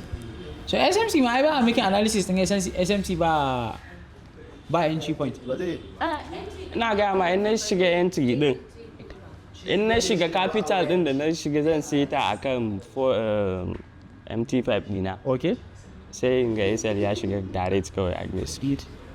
Okay. Ban sani ba ko capital din ne karami da na shiga da shi so. Okay, na gane. Ban san features pairs ba. Ka gane? Amma zai iya faɗin haka akan crypto saboda na lura. Wasu pairs in cryptocurrency saboda price ɗinsu ya kasance fee ɗinsu is very high. Sannan in kana da ƙaramin kuɗi it won't work. Ba sani ba ko abin da kake magana akai kenan. Abin da yake magana akai kenan. Misali yanzu in ka shiga trade a BTC misali a exchange ko Bybit ko wani exchange. Wannan trade ina taking nashi ne a Profim. Yes, idan dai baka sani ba akwai Profim na cryptocurrency. Kuma wannan Profim din na fara magana akan shi kwana 2 da suka wuce. Suna wannan Profim din Mobite kuma suna providing traders da capital. Yes, sannan kana da karancin ilimi ka sai wannan Profim din za su yi sponsoring naka into SMT Academy. Za su biya maka registration fee. In suka biya maka registration fee za ka koyi trading and insha Allah a wannan session din da za mu yi amfani da shi na karatu za a fara trading da wannan account in case baka da sufficient knowledge akan crypto. So wannan dama ne ga yawancin beginners especially wanda suke son su enrolling a wani academy amma kuma ba su da daman da za su biya registration fee. So wannan dama ne babban dama ne ya zo muku. Ana cikin fee. In da karamin kuɗi ka shiga fee din ma da a nan yake karewa. Profit din sai kare a fee. Saboda menene price of BTC is very high. So ban sani ba in the same ne yake affecting futures markets unku. I'm not sure. Haka yana faruwa a futures a forex? To kaga shine bayan wannan goldin akwai wani da kake da problem da shi haka? Gaskiya shi kaɗai ne don saboda shi na fi mai da hankali a kai in ga na yi master sosai. To kaga yanzu kana da buƙatan ka increasing capital ko kuma ka fara trading Profim classes. Okay. If I understand wannan is not a problem. What is the problem? It's family. Do you think it's a problem? I don't think this is a problem. Tunda ba wai wani problem bane daga kai, you think is in kai haka ne daga gold in which zai iya zama due to lack of capital da ka shiga trade din da shi. So it's either you increase your capital ko kuma ka fara trading Profim. Very soon. Sannan na biyu inda na sa ma kaina kullum zan yi trade 2 ne zuwa 3. So in na profit yakan kara emotion dina in na profit guda 2 yakan kara emotion dina in shiga. Nakan kai har dare a rana in na profit nakan yi trade so 4 so 5. So ragowar da zan shiga it's hardly kaga na yi profit duka sai na yi stop loss na mai da abin da na samu. To dama me kai expecting? Da ka breaking rule ɗinka ne ka tafi lafiya lau? Ai ba haka. Ai na gaya maka kamar jujuwa ka industry din nan as long as ka breaking rule ɗinka ko to wallahi sai ka biya price. Kuma wannan price ne stop loss. Kuma ka answerin nashi da kanka. You want to be taking 2 trades, it should be 2. Shi ne kawai. Exactly. Shi ne matsala. To shi kenan Allah ya samu wasu. Sunana Abdullatif, ina zo nan ne a nan Kaduna. Okay, Abdullatif, you're welcome. Like I've been into crypto for a very long time. Amma particularly trading, say 2024. then because the signals going to be then if on the account and the signals. So I have this. My biggest problem then was fear. So whether you don't shiga cikin trade, maybe that trade, for example, just like you said, $5, now raising $5, they're expecting $15. To let's say you can come on $10. So maybe market just retrace kaɗan ya zago kamar $7 or $5. Zan yi haƙuri. Wani lokacin fita, wani lokacin sai ya haƙuri. Ya ƙara koma kamar like 10 ɗin san iya panicking sai fita. Then at long after every sai ga ya zo ya tafi a TP. So na jima yana wannan haka daga baya amma ni kuma yana da wani abu like ina trying ba na samu abin da nake so san ya haƙura da shi in bar shi for like sometimes in ƙara dawo. So later sai na zo making up mind ina cewa okay I want to even be trading myself instead of following people's signal. Because I used to see even people like you, Ahmed, stuff like that. If they can do it, they don't have two heads. I can also do it. So sai na zo I started learning online like different kind of PDFs, the sauransu. At long last sai na zaɓa SMC like strategy SMC. Na zo dai like abin da yana bani wahala sosai. So sai last year sai na zo na join wani small bootcamp haka. To anan ne na zo na gane like what everything exactly about. But my biggest problem now, even with time, this is not only overcoming that fear. Like, even just like say, if I perish, I perish. Yes. So, niba ma when something, anything like be imani, a principle, you know, just TP or SA. Kawai da abin da zai faru ya faru. Because I've already make up my mind that this amount, like ina shiga na san ni loss nake sa raina. Any amount da zan shiga market da shi to loss zan sa raina. So that means irin abin da ya sa abin ya dan rage ne panic na ya dan fita. So my biggest problem was now technical analysis. I understand. Like we have two things that are going on yanzu. Akwai lack of confidence daban, akwai kuma fear daban. Akwai wanda zai shiga trade insha Allah ko bacci ba zai iya yau. Wallahi ba zai ya dinga haka kenan. Ba zai iya bacci ba kawai. Ba abin da zai iya yi. Ko sallah yake ya dinga taba waljin shi kenan. Ko zai ji yes that's it. Akwai kuma lack of confidence. Wannan tsoron abin da yake kawo tsoro ka je ka shiga trade da 50% of your capital ka san cewa in kai hitting stop loss a garin ku za ku koma to wannan shi yake kawo tsoro. Shi kuma lack of confidence a lokacin da baka da clear direction baka da confidence kenan. Yanzu misali baka da abin da kake nema kai da misali kana trading SMC kana buƙatar misali order blocks kana buƙatar ga kasuwa yayi sweep liquidity yayi kana neman wani imbalance kana neman fair value ka gane ka san me kake nema so wannan zai ƙara maka confidence cewa ga abin da kake nema kuma ka same shi ka yi amfani da proper risk management ka shiga wannan trading insha Allah fa za ka shiga trading nan ba tsoro kuma idan dai tafi direction ɗinka kai kanka that is when you will be happy wai ka taba cin TP kuma still you are not happy ka san lock ne ko ba wanda ya taba experience akwai lokacin da zaka yi making kudi you will not be happy yes yan ba abin da zaka ji saboda menene lock ne ba zaka yi maimaita shi ba are you getting it yes. So in kana son ka building confidence strategy da kake amfani da shi you need to understand it ka san cewa clearly ga abin da kake nema in kuma kana son kai getting rid of wannan tsoron sai ka daina cika lot sizes ka shiga trade da abin da ka san you are okay with it in ba shi ba zai taba ka ba babu komai so wannan abubuwan guda biyu kawai then they will take care of it. I'm sure tunda yanzu you just started working on your technical analysis aspect, right? And I should not in technical analysis yes like da na koya inda na koya ba it was very very clear ko lokacin just like you said in ana koya ma za ka yi tunanin ka iya ne sai ka je ya rage kai kadai yes to exactly abin da ya faru kenan like okay if I want to trade because ni crypto ne kawai nake trade at first I will start with BTC then check the daily time frame monthly time frame haka then before choosing my pair and if my BTC in okay let's say for example from the daily time frame yes okay maybe the market is bullish there is multiple highs like 2 times at least for you to be confident like it's like market in summer day then you mark your point of interest cool then wait for the market to come and tap it then move to like lower time frames to daga lokacin da ya marking point of interest and yana moving zuwa lower time frame to ni gaskiya daga nan nake samun matsala so like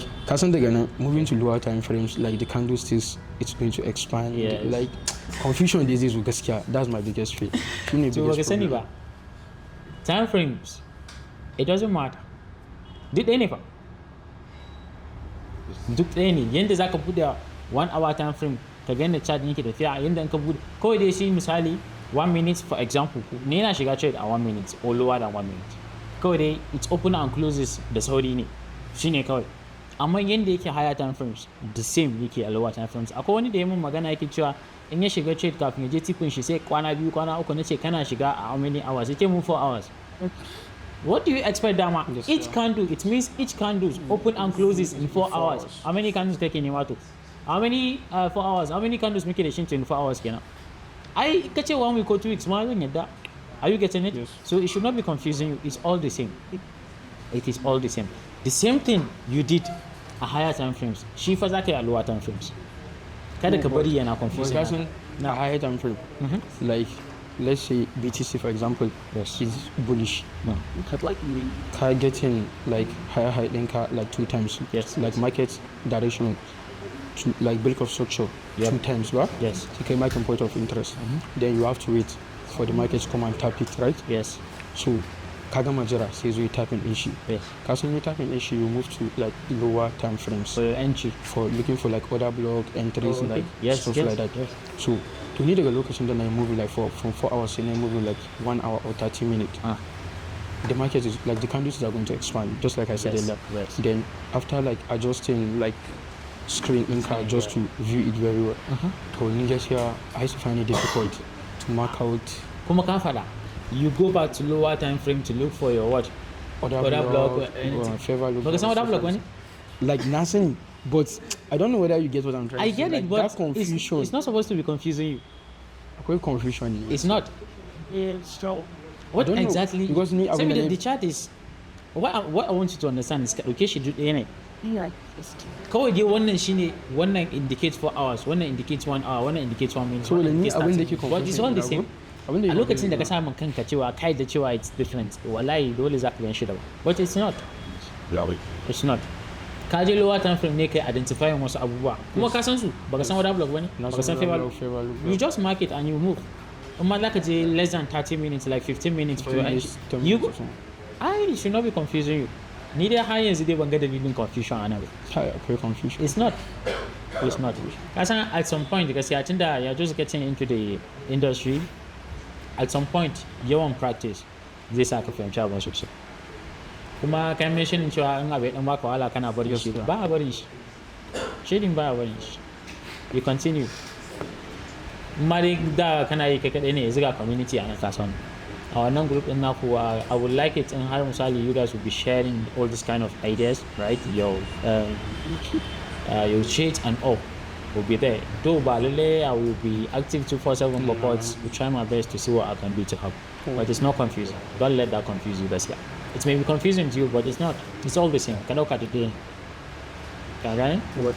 And like just like although I had some other questions, but most of the questions have been answered due to question in the forum. Yeah, that's like just like you said, why not try one particular pair with one particular strategy, one particular leverage? Yes. Same stop loss, everything like for a very long time, maybe a month, 2 months or 3 months, and see the outcome. Again, you need okay, if I should like I'll give that to a try. Yeah, give it a try.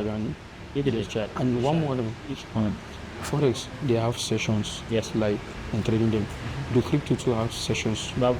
Okay, they don't have sessions. But you just need to look out for strong fundamentals. Tun da ka trading forex ka san cewa akwai news da ake sakawa ka gane fundamentals yanzu wasu sai su dauka crypto babu fundamentals akwai. Ni kenan na san akwai, but I don't even know how ai it babu works. ma industry din da media yake pushing nashi sama ko kasa yanda yake so kamar cryptocurrency. You need to be active on X. You find fundamentals on it. That's it. Exactly. Yes, it's clear. Thank you very much. Good morning. Good morning. My name is Ramatu Yusak. Stay in Banawa. Good job. My first problem is that if I take stop loss throughout that day, I can't do anything. So I can't. You just be upset? Yes, I'll just be angry. Even if I want to do something, I cannot do it again. I'll just lie down. I don't want anybody to talk to me. So how do I cope with like losing money? Just lose time. Okay. Actually, I can say that you did the right thing by not going in again. Yeah? Also, yes. I go in After stop, you used to go in again. So yes, And then what happened? Another stop Another loss. stop loss. Yes, of course. Because you are emotional. Yes, that's just how it is. There are some things, I think I made a video about some things you should never do when you are in an open position. I think it's on my YouTube channel. And one of this is immediately after stop loss, you don't go back in again because you'll be emotional. And I think the best thing to take care of your psychology like this is just accept stop losses. Know that it's part of it, part of the games. And that will make you, whenever you want to go in a trade, you'll be very careful. Not to go in a random trades, only the ones that follow your setup and let's say A plus setup, right? This is what you are looking for in Samun, then you go in. And you use a very proper risk management. Are you following? Yes. But stop loss is definitely part of the game. Okay. Yes. About risk management. Yes. You know, I trade forex, so I trade this British pound. For British pound, my risk is usually low. But you know, sometimes you just feel like, okay, you want to make fast. Yes. Because those ones, it's not open lokaci kafin su kai point of interest. Yes. Kafin ma su yi motsi su akwai dawo. volume a shi kenan na So you know, gold is it looks sweet. So if on British pound I'm mixing, let's say like $2, but with that 0.00, no matter how I put the stop loss, it's more than. It's just like I made mention earlier. It's more when than. the price is high. Yes. You will just put the skin high. Koda you use tiny lots. Yes. So be the paired in. So should I like stop trading gold? Or yes, I can. You have 2 to 3 solutions here. It's either you increase your capital, switch to profile, or you switch the pair. So with the indicator the karamin capital, that pair will not work. And it's due to the price of the pair. I guess just like cryptocurrency. When the pair has high price, come on BTC for example, that you got ake charging Shima used to be high. So when you have a lower capital, they don't affect naka sosai. Koda ku kaji TP zaka ga what you are getting is just little. So you are in charging naka. Kuma strategy works on British pound, but it doesn't work on gold. Then you switch to profile. No, the strategy itself, it doesn't work on gold at all. Okay, it doesn't work on gold. Kuma shi kike so kina say? My own is that if I see an order block, let's say fair value gap, then inducement. So my entry is the fair value gap under the inducement, then my stop loss is under the other block. Yes, I understand. Yes, but if I do it, let's say on other forex, it works perfect. But if I enter gold, it doesn't work. You know the thing is, okay, let me say this. Kusan cewa duk wani abu da kake gani a cikin chat din nan, other people are seeing it. Yes, ko ba ku sani ba. Kaga order block, shi ma ya ga order block, shi ma ya ga order block. Industry din nan fa ka dauka cewa you are fighting against other people. Kudin da kake making ba wai kasuwa yake ma generating kudin nan ba. A'a, it's someone else's stop losses. So what these people are doing is whatever they can to take you out of that market, shi suke yi. Ba ku sani ba wai? Oh, ku sani. So you don't know. So abin da yake faruwa kenan. Shi wannan gold din is a na tunanin a fara spec amma babu wanda ya kai shi volume. Kamar na ga mutane suna son trading nashi sosai. You should expect this. You should expect this. In the how you really want to trade it, then you have to understand how it is. Amma duk wani abu that is too obvious for you to see, ni ba mana trading nashi. Ba na yi, samun sabtai da kowa ya gan shi, and anything is likely to happen. Ba fa ba zai tafi ba ne zai tafi, but they want to take you guys out first before it moves. Suna neman discounts kuma. That's how the industry works. Then another one is me, I like trading in the mornings. Okay. But the setup that I issue, my analysis will not trigger in that London. Say again, New York. Yes. When it's time frame, we can find it. Maybe for 1 hour. Just like I mentioned, yawanci scalping shine za ka yi shi instantly ka yi ka gama, but as a day trader you baka da assurance in cewa this is the time it's gonna trigger and anything is likely to happen. And then in na shiga trade like in ba dai in na shiga trade ba na iya bacci sai na like sometimes zai kaman zai je sai ya koma. You understand? So sometimes they say okay, I'll move my entry. You understand? Yes, So I if can you break come it. and take you out, then it will go. Keep going. Okay, there is something you guys need to understand. Akwai wanda ya faɗa ɗazu na so in gaya mishi na manta. I think it is you. Kasuwan fa ba wai yana miƙewa bane ta tafiya ko yana ƙasa bane ta tafiya. Yana expanding, yana retracing. Yana expanding, yana retracing. Wannan naturally haka kasuwan ke mulki. So sometimes inda kake sa break even ɗinka, inda kake sawa it will surely take you out. Ni yanzu misali in zan breaking even, right? Ko zan na son taking partial. Ina duba cewa me a gurin da zai iya sa kasuwan ya dawo. Possibly a favor gap, yes, yana iya daga cikin abin da yake sa kasuwa ya dawo sosai. Candle gap yana iya sa kasuwa duk any imbalances ina sanin shi saboda shine yake it's just like from 100 say jumping ya koma 150 for example. I have a price a kasa, so it should surely come back. So wani zubin idan dai zan breaking even ba zan sa shi saman shi ba, ina sa shi below it, right? Wani zubin saboda na san it's expanding and it's retracing, dole zai dawo kasa. So in ya tashi me ya dawo da shi maybe ya zo ya filin wannan gap din ne kawai. So ni kuma na sa breaking even dina kasan shi dan bashi tazara kadan. So in ya zo ya filin zai ci gaba da tafiya. Possibly, are you getting it? Yeah. So yanayin ma da kake sa breaking even then it matters. Wani zubin babu ma any reason to make the market ya ma dawo. Babu. I don't know if you understand. No, I don't understand. Sometimes babu wani the market has filled every prices a gurin ba wani dalilin da zai sa ya dawo. Kin gane abin ne? So idan dai har ina ganin some rejection, shi sa it is the safest thing for me to do as a scalper.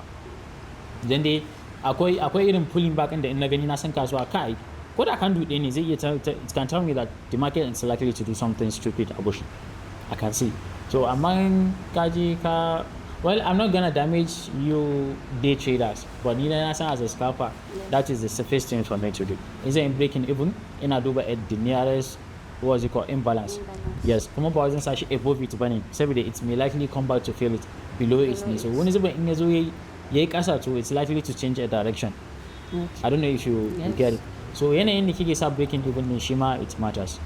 Be looking into it ba kawai you just choose any random place bane a just put zaki dinka duba inda akwai imbalances ba kuma immediately kasan shi ba. Dan bashi yawa space kadan wani zubin zai zo filin ne kawai sai ci gaba tafiya. Saboda the market ne baya tafiya sama ba tare da yi kasa ba. That is how it is. Then let's say in kana kallon market structure, maybe on a higher time frame, it's bullish. Let's say from the previous week. You understand? So person zai ba some imbalances. So I say yanzu you are waiting for when you go to a lower time frame, the market is not bullish. Yes. It's bearish. You understand? So sometimes, and you know, the bullish started from bearish. Yes. So when I go to a lower time frame, I'm not like, should I be looking for long or short? Yes. So yes, it's a little bit confusing to beginners. Yes. Higher time frame bullish, lower time frame bearish. Amfanin shi shine checking the bigger picture of the market. Amma kuma in some aspect higher time frame din it matters me ka duba. In yanzu kin duba shi misali a daily time frame it's bullish. It means to say each candle a wannan time frame din is representing one day. Yes. What you are looking for is for you to trade open, close in a single day. Which is in that lower time frame in kika koma anything can happen. Abin da kike nema ba long bane. So ni what I will do is zan iya duba shi a let's say 15 minutes. What is it doing in 15 minutes? Zan iya holding trades ina har 15 minutes. Ba sani ko kin gane abin da nake nufi. Okay, in 15 minutes gashi yayi kaza ya breaking structure yayi kaza. So anything lower than that, even if it is what's it called, bearish, not bullish anymore, it will not bother me. Saboda na san abin da nake nema tazaran 15 minutes da 5 minutes babu yawa. Tazaran 5 minutes da 1 minute babu yawa. Is it making sense? But babu yace a ce misali ina daily time frame ina ganin bullish, ina kuma komawa 15 minute time frame expecting bullish again. Is it making sense to you? You guys are confused, right? Okay. Daily time frame yawanci wannan ba wai ba a trading nashi bane ana yi, amma yana nuna ma bigger picture of the market ga yanayin kasuwan. So idan dai kana neman entry ɗinka a 15 minutes ko 5 minutes za ka iya ganin shi ba a bullish ba. Duk wani experiencing wannan. So abin da nake yi shine tsakanin 1 day da 5 minutes ai tazaran da yawa. Ba fa ba zai je wai ya tafi direction ɗinka bane in daily time frame, zai tafi, amma wanda suke making wannan analysis sai so ai swing traders. Yes. Are you getting what I'm trying to say? A matsayin ka na dai trader da kake neman kai opening position kai closing in 24 hours in a single day, dole wannan zai na confusing ɗinka. So what I will do is idan dai misali na abin da zan samu a daily time frame, do yawanci gaskiya a daily time frame ba na duba structure ɗin kasuwa, ina duba daily time frame, amma abin da nake dubawa ba structure bane, saboda daily time frame da 15 minutes 5 minutes 1 minute ba ɗaya ba. In can yana pumping nan za ka iya ganin shi yana dumping, kuma that doesn't mean that you are wrong. Idan dai har za ka iya holding position ɗinka ka sa shi, let's say ka yi making, akwai wanda suna making analysis in su 4 hours ko. Yes, in ka yi shi a 4 hours it can still go, saboda daily da 4 hours bambancin babu yawa. But amma abin da nake so ka gane shine in kana trading as a day trader ka duba daily candle, Yes. ka ga yana bullish. In ka ce za ka koma 15 minutes ko 5 minutes ka amfani da wannan perspective ɗin da ka duba a daily, it may not be the same. So how do I tap the local candle? What are you using? I'm using 4 hour No strategy.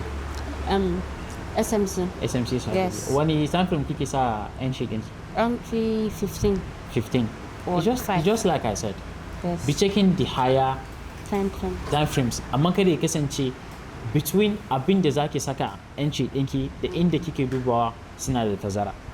In zaki saka entry ɗinki a 4 hours, ya kasance perspective ɗinki ki dinga duba shi within 4 to 1 hour. Are you getting it? Ina duba. Yes. So zai kasance tsakanin 1 hour da 15 minutes ai bambancin babu yawa. It cannot be bullish a 1 hour. Stop loss will be too much. You said? If I put my entry in 115 minutes, stop loss will be too much. Yes, that's what I'm saying. So I In like kai day trader ne, dole za ka dinga expecting wannan ba. Day traders a wani time frame kuke saka entry ɗinku? No, obviously. 4 hours. 5 minutes. Day traders wani time frame kuke saka? 30 minutes. 30 minutes. Dala? 5 minutes. Eh mana.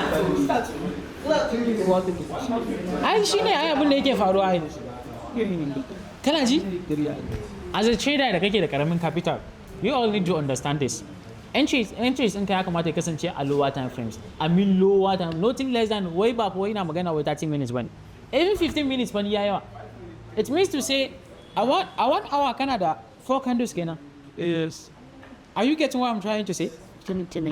Kuma za ka duba ka gani kafin ya zo entry ɗinka misali, how many candles kake gani? Wani lokacin sai kai kin kasa in ka samu an aka sa da kai zai ja ai wahayin lokaci. Wani zubin ma zai kai ma the next day, wani ma kwana 2 kwana 3. So idan dai misali kina yi kamar misali yanda Ismail ya magana anan, kana yin shi a 5 minutes for example. Yes. Right? Ko lower. Za ka duba, okay, perspective ɗin inda kake nema ne, definitely za ka yi duba shi daga higher time frames. Amma ni amfanin duba higher time frames ba structure ɗin ke nema ba. Zan duba ne ga meye market sai jiya, sai in trading ɗin shi yau. So the only candle I'm checking in daily time frame is one candle. Ba wai structure ba. Are you getting what I'm trying to say here? Yes. In structure ne, it will surely confuse you. Saboda between daily time frame and 5 minute time frame, ba da yawa. Komai zai iya faruwa. In ka je 4 hours, it may still be bullish. Saboda 4 hours the daily time frame da suna dan kusa. Da ka je 2 hours, 1 hour ya fara canjawa. Sai ka gan shi a ƙasa. It will be confusing. So what I'm trying to say is inda kake saka entry ɗinka da inda aka duba structure ya kasance bambancin su babu yawa. Nisan ba yawa sosai. Shine to not be confusing. Amma ka fa duba higher time frames can higher za ka gan shi a bullish. In ka dawo lower time frames kuma za ka gan shi a ƙasa. Sai kai yaya gina. Kuma in akwai like other blocks da yawa. Yes. You get ba? I don't know which one to use. Akwai inda ai akwai valid order blocks, akwai wanda they are not valid, akwai kuma wanda suna ɗaukan extreme order blocks, haka suke kamar su malam Ali extreme order blocks suke ɗauka na can ƙasa. San me yasa da suke ɗaukan shi ba, ana valid order blocks. Yep, amma na dai san wasu suna duba kaman what I'm doing is ina amfani da supplies and demands, right? Yes. Sometimes za ka gan shi a nan duk akwai shi, you'll be confused wanne zone za ka ɗauka. Yes. So wani zubin ina duba zone ɗin da ya fi ƙarfi, wanda ya ɗan fi ba da akwai liquidity a gurin, something like that. Saboda ni ina ɗaukan trading, it's more like just take it as if duk inda chart yake tafiya, it's more like you kake moving. Kuɗi kawai kasuwan yake bi. Wani zubin in direction ɗin kasuwan yana so yake can sama, that's where the market is targeting, kuma ka riga da ka sani. So amma it need enough money that will take it up.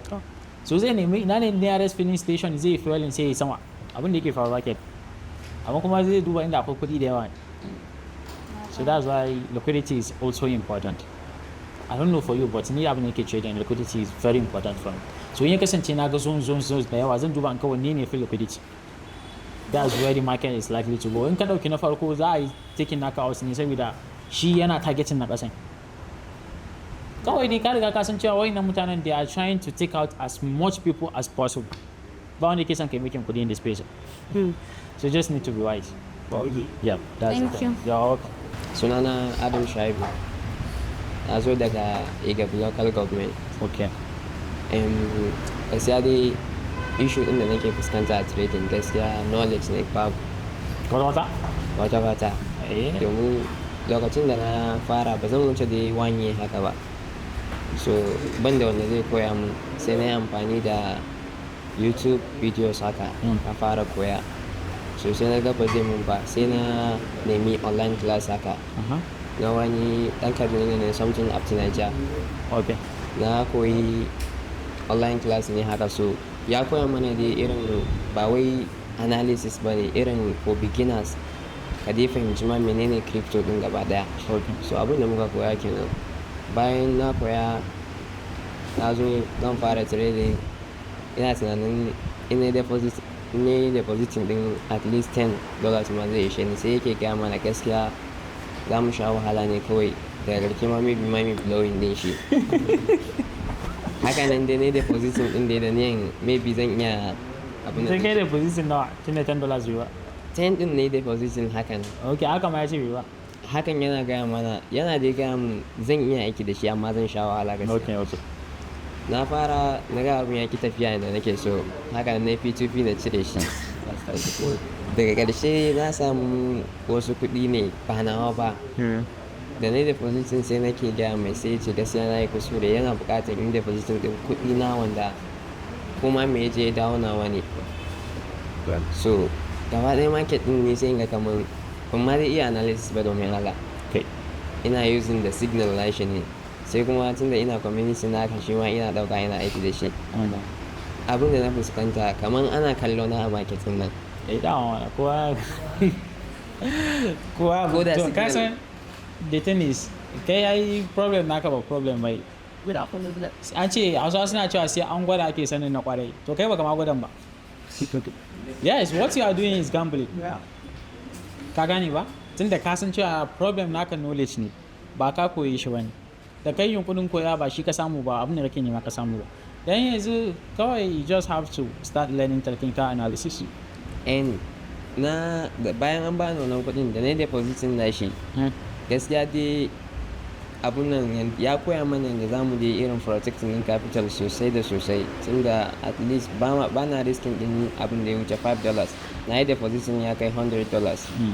So kuɗin ya ki gaba ya ki ba, ko signal na ɗauka yarin retracement kenan ba zai tafi direct. Kawai kana yawo a circle da kai. Amma da zaran na fita sai ga ya tafi. Amma in dai ina cikin market din kamar ni ne ba so ban san me yasa ba. Daga ƙarshe Allah ya taimake ni ban yi blowing din wannan account din ba, kuma wanda ya bani kuɗin yana buƙatar kuɗin shi, na P2P na cire na bashi. Shine kawai matsalar da nake fuskanta. So gaskiya dai what you need to do yanzu shine you need to focus kan technical analysis, wanda tun kafin ka zo late. Na ce ku da kuka zo zan ba ku wani material. I'm sure it's going to help your journey. Zai taimake ka wajen koyan technical analysis insha Allah. So saboda sai ka gwada shine za ka ma fara fahimtar kanka a space sai ka gane me za ka yi aiki a kai. But so far kana jumping around a cikin signal groups ne kawai. Gaskiya ba ka gane sabuwa. So you need to start learning. Insha Allah yau I will send you the materials yau zan samu fabric no. Okay. Na san zai taimaka sosai. That's all. Issue in the market. Allah ya taimake mu.